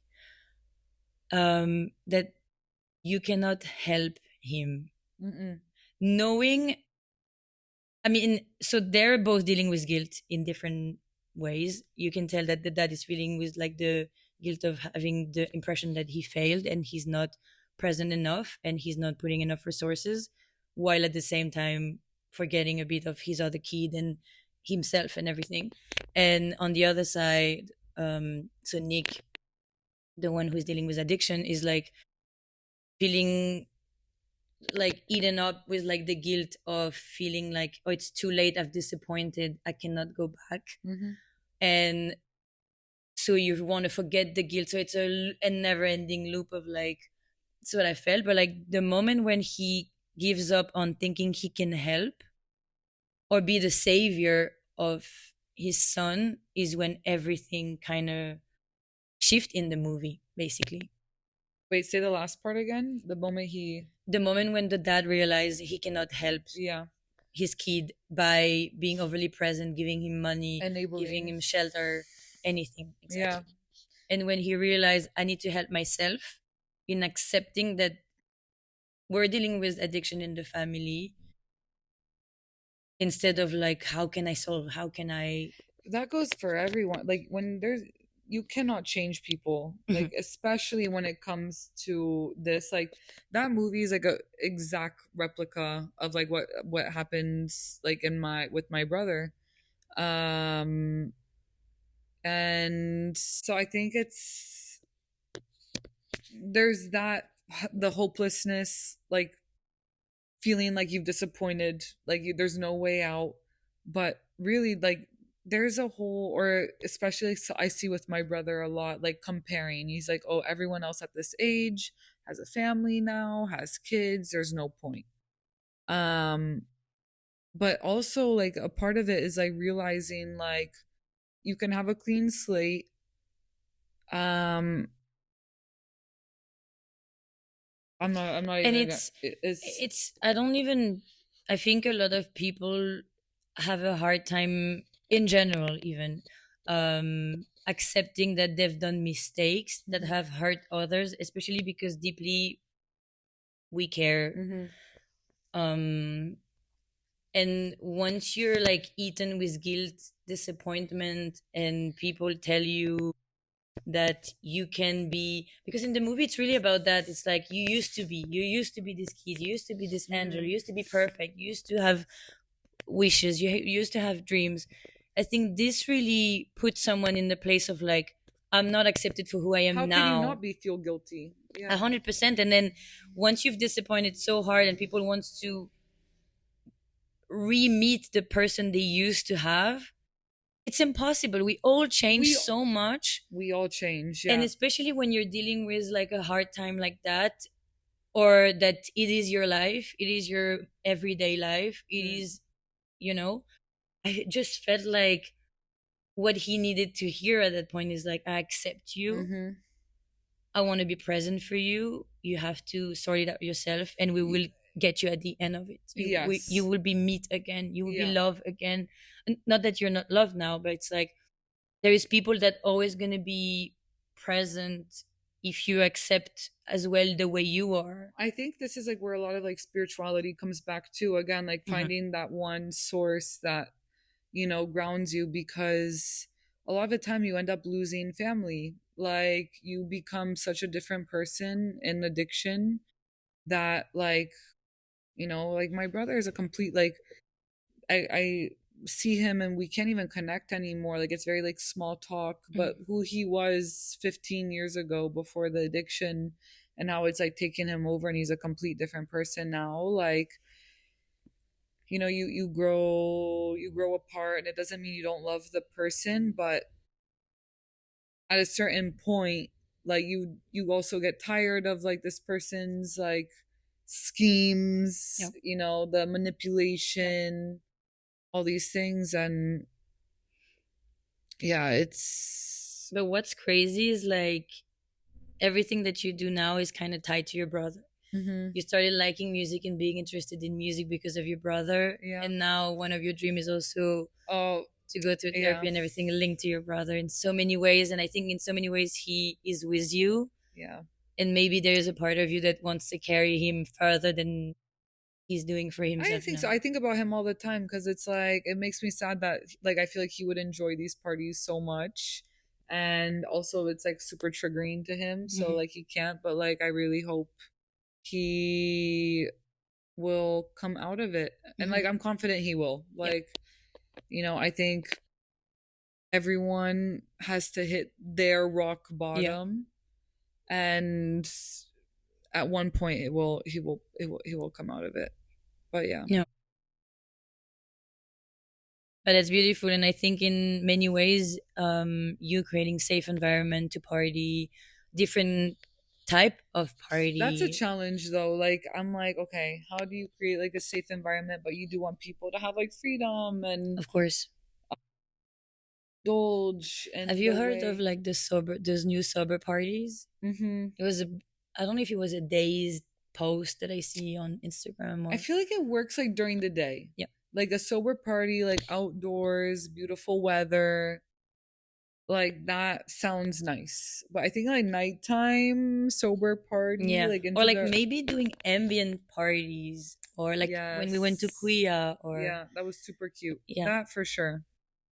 But like maybe those are the place where you could meet, especially people who get triggers with like certain places or mhm. certain atmosphere or ambience, to reconnect them to being present, being grounded, feeling the music, Yeah. especially if like you're someone who enjoyed the music to begin with Yeah. before the club or the state you can be in clubbing and everything. But going to that, I have one last question when it comes to growth, and the next steps. What kind of energy or impact do you hope your parties and sets leave behind? I hope it moves the scene forward in Miami and also like in the US. Like I do hope Mhm. like how there's nowadays in New York, and I feel like New York is really like leading like as a city in the US. Like I really want Miami to be able to get there, and I hope people that, go to like more mainstream events kind of like scratch a little bit deeper and see what else there is and give a chance. And I want to help. I really want to help propel it forward, inspire like a newer generation, like people that are like party goers, ravers that are younger to also do the same. We're so old. We're so old. We're so old. I'm 28 and I'm not old, but like it's different. Like I feel like I do, like going out at 21, and it's so It's very different. different, and in so many ways, it's like nice to be that age with the experience Yeah. and everything, and looking back and think I I enjoyed the way I party now way more than when I was 21. Same. I wouldn't change it Yeah, for anything. 100%. I'm enjoying it. Yeah, and it's like I feel like now it's like you know yourself better, you know your limits, like you know how to last. You're not like driving yourself to the ground. I'm more selective. Like even this past weekend, like if I were to when last time I came here, I was like going out every single night, You did not very really good. enjoying the city. Like we did the last night, like last weekend I played. We went to that like more like chill party. Where did we go last weekend? No, Akoda. yeah, Akoda, I think. it was cute Yep, it was very nice. It was the perfect. I think we for balanced it being out so well. exhausted. Yeah, yeah, yeah, yeah. Like really. Okay, I have some final mini question. It's more like Okay, open questions, and then we're done. okay. This is a long one. It's my longest one It's ever. fun. Do you know how I long get my. We started we did 3 hours. 5:30. We're 3 hours We in. could have been in Orlando by now. From my house, could have been a Disney World. Have you ever been to Disney World? Uh huh. Me too. Growing up in Florida. No. Ah, yes, in Florida too. I went. Really? In California. Oh Oh, shit. Maybe we crossed paths then. Okay. Questions. okay. What is the most surprising thing that happened to you because of music? The small question. The Who small are you? question. Not the banger. Oh my god. Okay. The most surprising thing that happened to me because of music.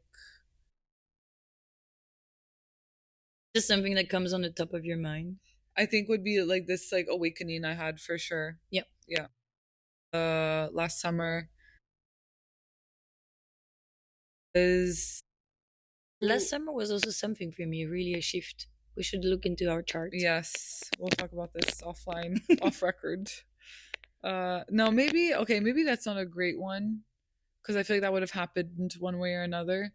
But I would say shocking thing through music. I would. It's not even shocking, but I would say the people that I've met. Like, Yep. I think the places that it's brought me, the people that I've met. Like, I feel like the fact that I'm here, like I'm like in Berlin now because of like work versus like last time was being here for more for fun is really amazing. Like, Hmm. I think something that's like an example. Yeah, I think in so many ways, especially when I was younger, I was thinking about love young, and I was like, if I stay here in this city I'm born, how can I meet how can I meet my person? There's nowhere there in my city now. Uh You know huh. what I mean? Oh, And I was thinking about this, and I was like, I need to move out. uh I need huh. to go other places. I think about this all the time. I'm like, I wonder if that's the reason why I feel like I need to leave because every time I leave home, I have like I find a crazy connection and it's always like a sign to me. Like maybe it's not someone that, it's like meant to be something serious, but I feel like every time I meet someone like in a romantic sense, it's like I leave home, I leave America. Essentially, I leave America. Like basically, I'm gone. And I feel like that's like also a sign that I'm like I should probably make a move at some point. But those are the. Don't you feel like it's like those things that you were born with as a sign? Like I was so young when I thought about this. Mm-hmm. Weirdly, that I knew I would move out at some point and Yeah. never hang out in my small city. Yeah.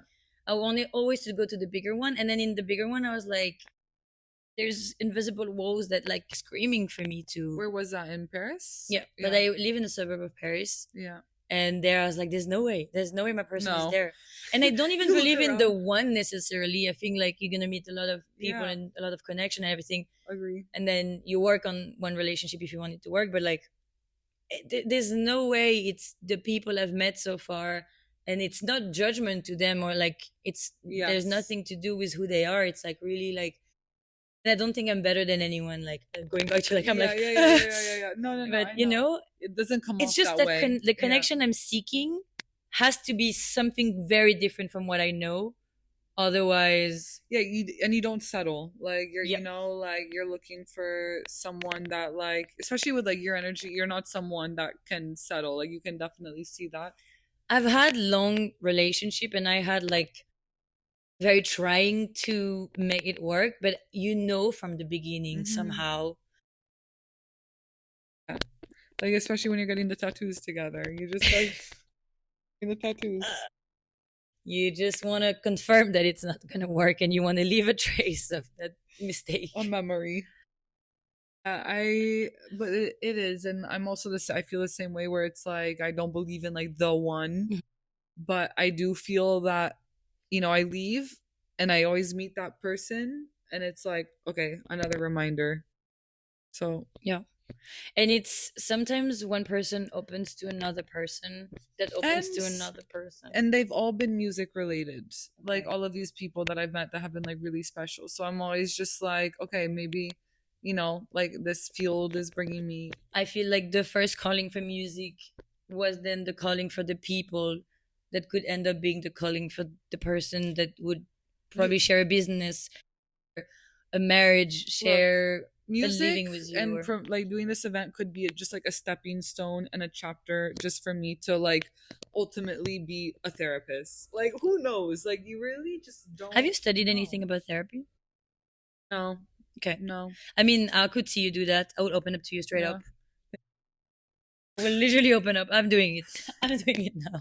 We'll see. Like at one point, it's not like on the forefront of like my I mind, mean, to but be honest, I also thought about this because I think I love connecting with people, and like I think I was listening to a podcast that was saying if you want to solve your problem, you have to find someone with the same problem as you and then help them. Because I think in so many ways, when it's not about you, you're able to. this just It's like giving people the advice for yeah, yourself, yeah, but you just don't take your own yeah. advice. I mean, it's like doing that and trying to do that in not a selfish, egocentric way Yeah, in some yeah, ways, but we all made from similar component, I would say, yeah. and we kind of function in ways that are super different. But when it comes down to believing in something, believing that there is hope, believing that you didn't do anything wrong, that there is forgiveness, everything like this Mm-hmm. is helpful to anyone, I would say, Yes, most of the yes. time. So I think it's so nice to be able to talk with people, to let them open up, to find a way to guide them, even if you're not there yet. I mean, I had like a therapist, like a life changing therapist that I found during COVID Hmm. who, when I tell you, changed my life, like gave me coping mechanisms for a lot of like behavioral things that I Is it went a to. behavioral? Hmm. Okay, so you don't dig the past, but you just work on the Yeah, present. it was like cognitive behavioral Yep, therapy, yep. CBT. And, with her, like we really got down to the bottom of like, I have OCD, thinking. I think I have the same Yeah. because this is something I've noticed on my own. I think, and I started therapy 3 weeks ago Mm-hmm. or something like this. Congrats. That's I exciting. did 2 sessions already, You and like like the therapist? yes, Okay. and she speaks French. Weirdly, Amazing. it was super random. I found her super super randomly. Went to her before my vacation. This is a whole other topic, but I always feel like the way I think is not normal. Mhm. I've been there before. Like in your journal. Something is wrong with this bitch. Yeah. I've been like that. Like I remember there's been moments in my life that I thought I was crazy. I'm like, I am crazy. Yep. Like, when you're like, I'm like, this cannot be normal to Yep. be like this. Yep. And it's like, I don't know for you too, like the OCD thinking where it's like the But I said to my therapist like I might have like OCD in some way, not OCD, not like it's really in the thinking, and she was like, "Whoa, like that's a big word that you're using right now." But the way I'm thinking, it's like the obsessive yeah, yeah, rumination. and it could be about anything. And then sometimes the worst for me is like when I have to release it by saying it to someone, and then I'm scared for the connection. Like this is my main, and my therapist was like, "You're doing it all on your own," and I'm Yeah. like, "Yes, Yeah. I better be doing it on my own because like this is why I journal so much." Mm. And sometimes I need proof of the opposite to release me from the thinking, which is very hard to look for. Sometimes it's tiring. It's like Do you um like how do you feel like you can what has been like the most helpful way for you, I guess, and to like really get out of it? naming it for sure in my head. But it's tricky sometimes too. It's like, okay, is it true? Is it not? Yeah, Is it... and I'm very intuitive, right? And but this feels like anxiety, Mm-hmm. and then I'm trying to remind myself if it was intuition, it would be calm. It would be once you would know, and it wouldn't feel scary. And when it comes to those thoughts, I think they feel very like I feel very agitated. They're very present. They're very loud. They're very. Yeah. I have a friend who gave me an advice, and she said, whatever the thought is, you have to record yourself, listen to it again until it sounds crazy to you too that someone is saying this to you. Yeah. But this feels like manifesting, so I'm Yeah. scared. My therapist taught me one that really helped me a lot. Like, cause I used to like when I would just like ruminate on something like again and again and again, like whether it was like something I thought someone thought of me Mhm. or I had a phase. I still go through this a lot, but I had a phase, especially like in the beginning of when I started like verbs. I was like, what do people think? Like, what do they think of me? What is their opinion? People that like I respected more, like whatever. And then like came to a certain point that my therapist told me to just say like always like treat it like maybe they do, maybe they don't. So like if I was like, do they think this about it? And then it's like, and then it's like, do they think it's this? And then I would just answer, be like, you know what, maybe they do, maybe they don't. And I think just like realizing that I'm never gonna know like what someone thinks. I'm like, oh, does someone think this is a good track? Like, it's like maybe they do, maybe they don't, and then it's just like let it go. That one helped me a lot because it's just like you I think can't. it's a good one. I Yeah, think it's a good one because it it helped. brings uncertainty into something you convincing yourself it's true, Yeah, and there's no room for like me. Like everything is it's gray. Like uncertain in a yeah, way. Like everything is uncertain. I got also the advice. I mean, it wasn't an advice, but it's something someone said, and it really resonated. It was like, you cannot control what I think of you. And I was like, that's so true. Like, Yeah, whatever it is in the it's end, gonna I have be. zero control Yeah, over this. like But you it's either do or kind of don't. like the idea that then if I knew for a fact, I would choose something different. And I have this especially in relationship. And I think it's really like if there is anything that you're hiding from me, I would rather know it, then I Hmm. can take my decision.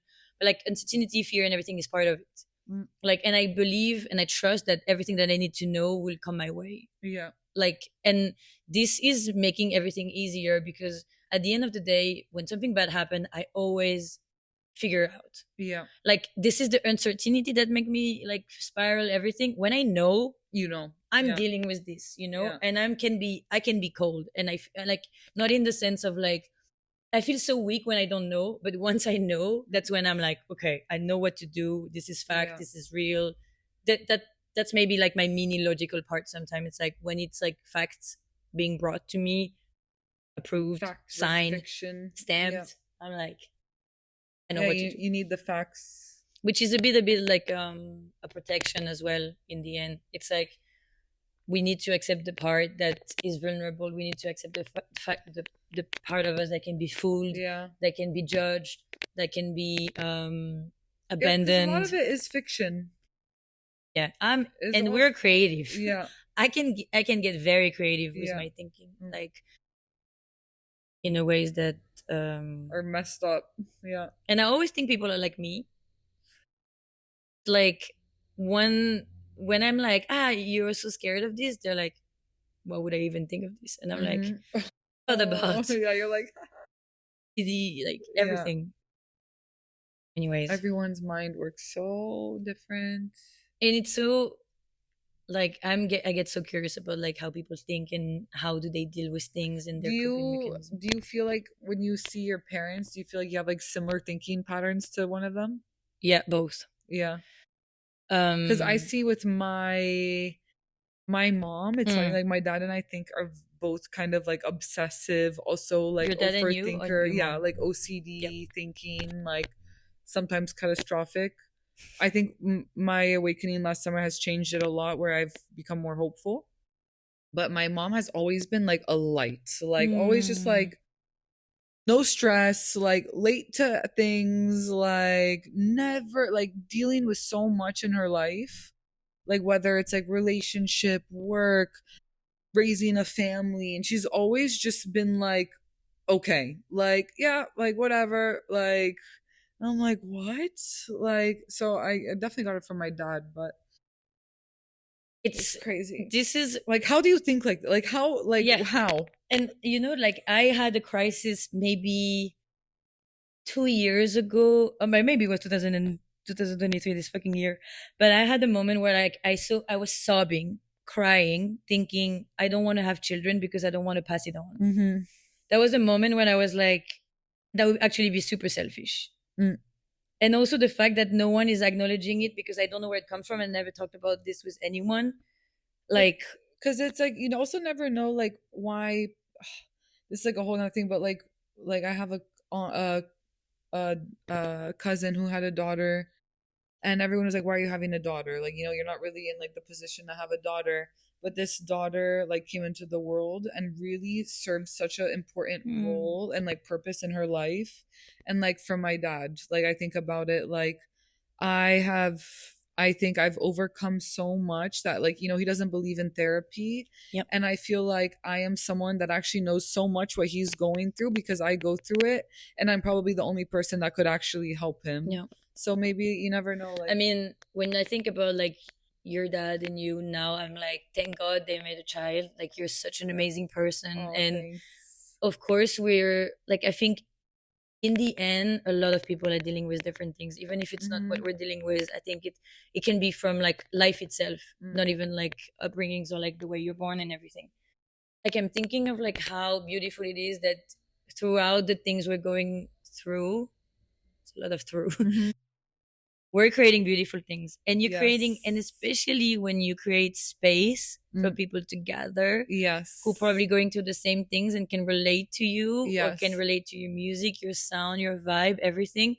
And maybe it's would be the same for me with the podcast. It's like giving the voice to people that looks like me, that I vibe with, that Mhm. everything, and then that people can connect to. Totally. Like it's all tied up Vibrational. to. It is. And I love the idea of sharing, connecting, and the more you're struggling and you accept it, Yeah. the more you're authentic as well. Yeah. With the world, with everyone around you, you just like Yeah. giving that energy back. We finish with like Another small question. no, just a track that always resets Yes. you. Like that one track that Oof. if you listen to it, it kind of like bring you back to point zero, like fresh mind. Let me see. I'm gonna write it in the bio of this episode because it is about music actually. Let me take a look at this. Hold on. Of course. No, it would right now I think it would be this. Like I heard it today on the okay, it's like a classic tune, but is Stella by Jam and Spoon. So this is it. It's like a 90s trance. You're gonna have to send it to me. Yes. Well, this is the end of our episode. Wow, what a journey. It was a journey. I really loved getting to know you even more. Even though we talked Yeah. about everything, I felt like we talked Yeah. about everything. I feel like Your I wanted to journey. interview you more, and I was like, oh shit, we have to switch roles. We will do that in Yeah. your podcast. Yeah. Oh my god.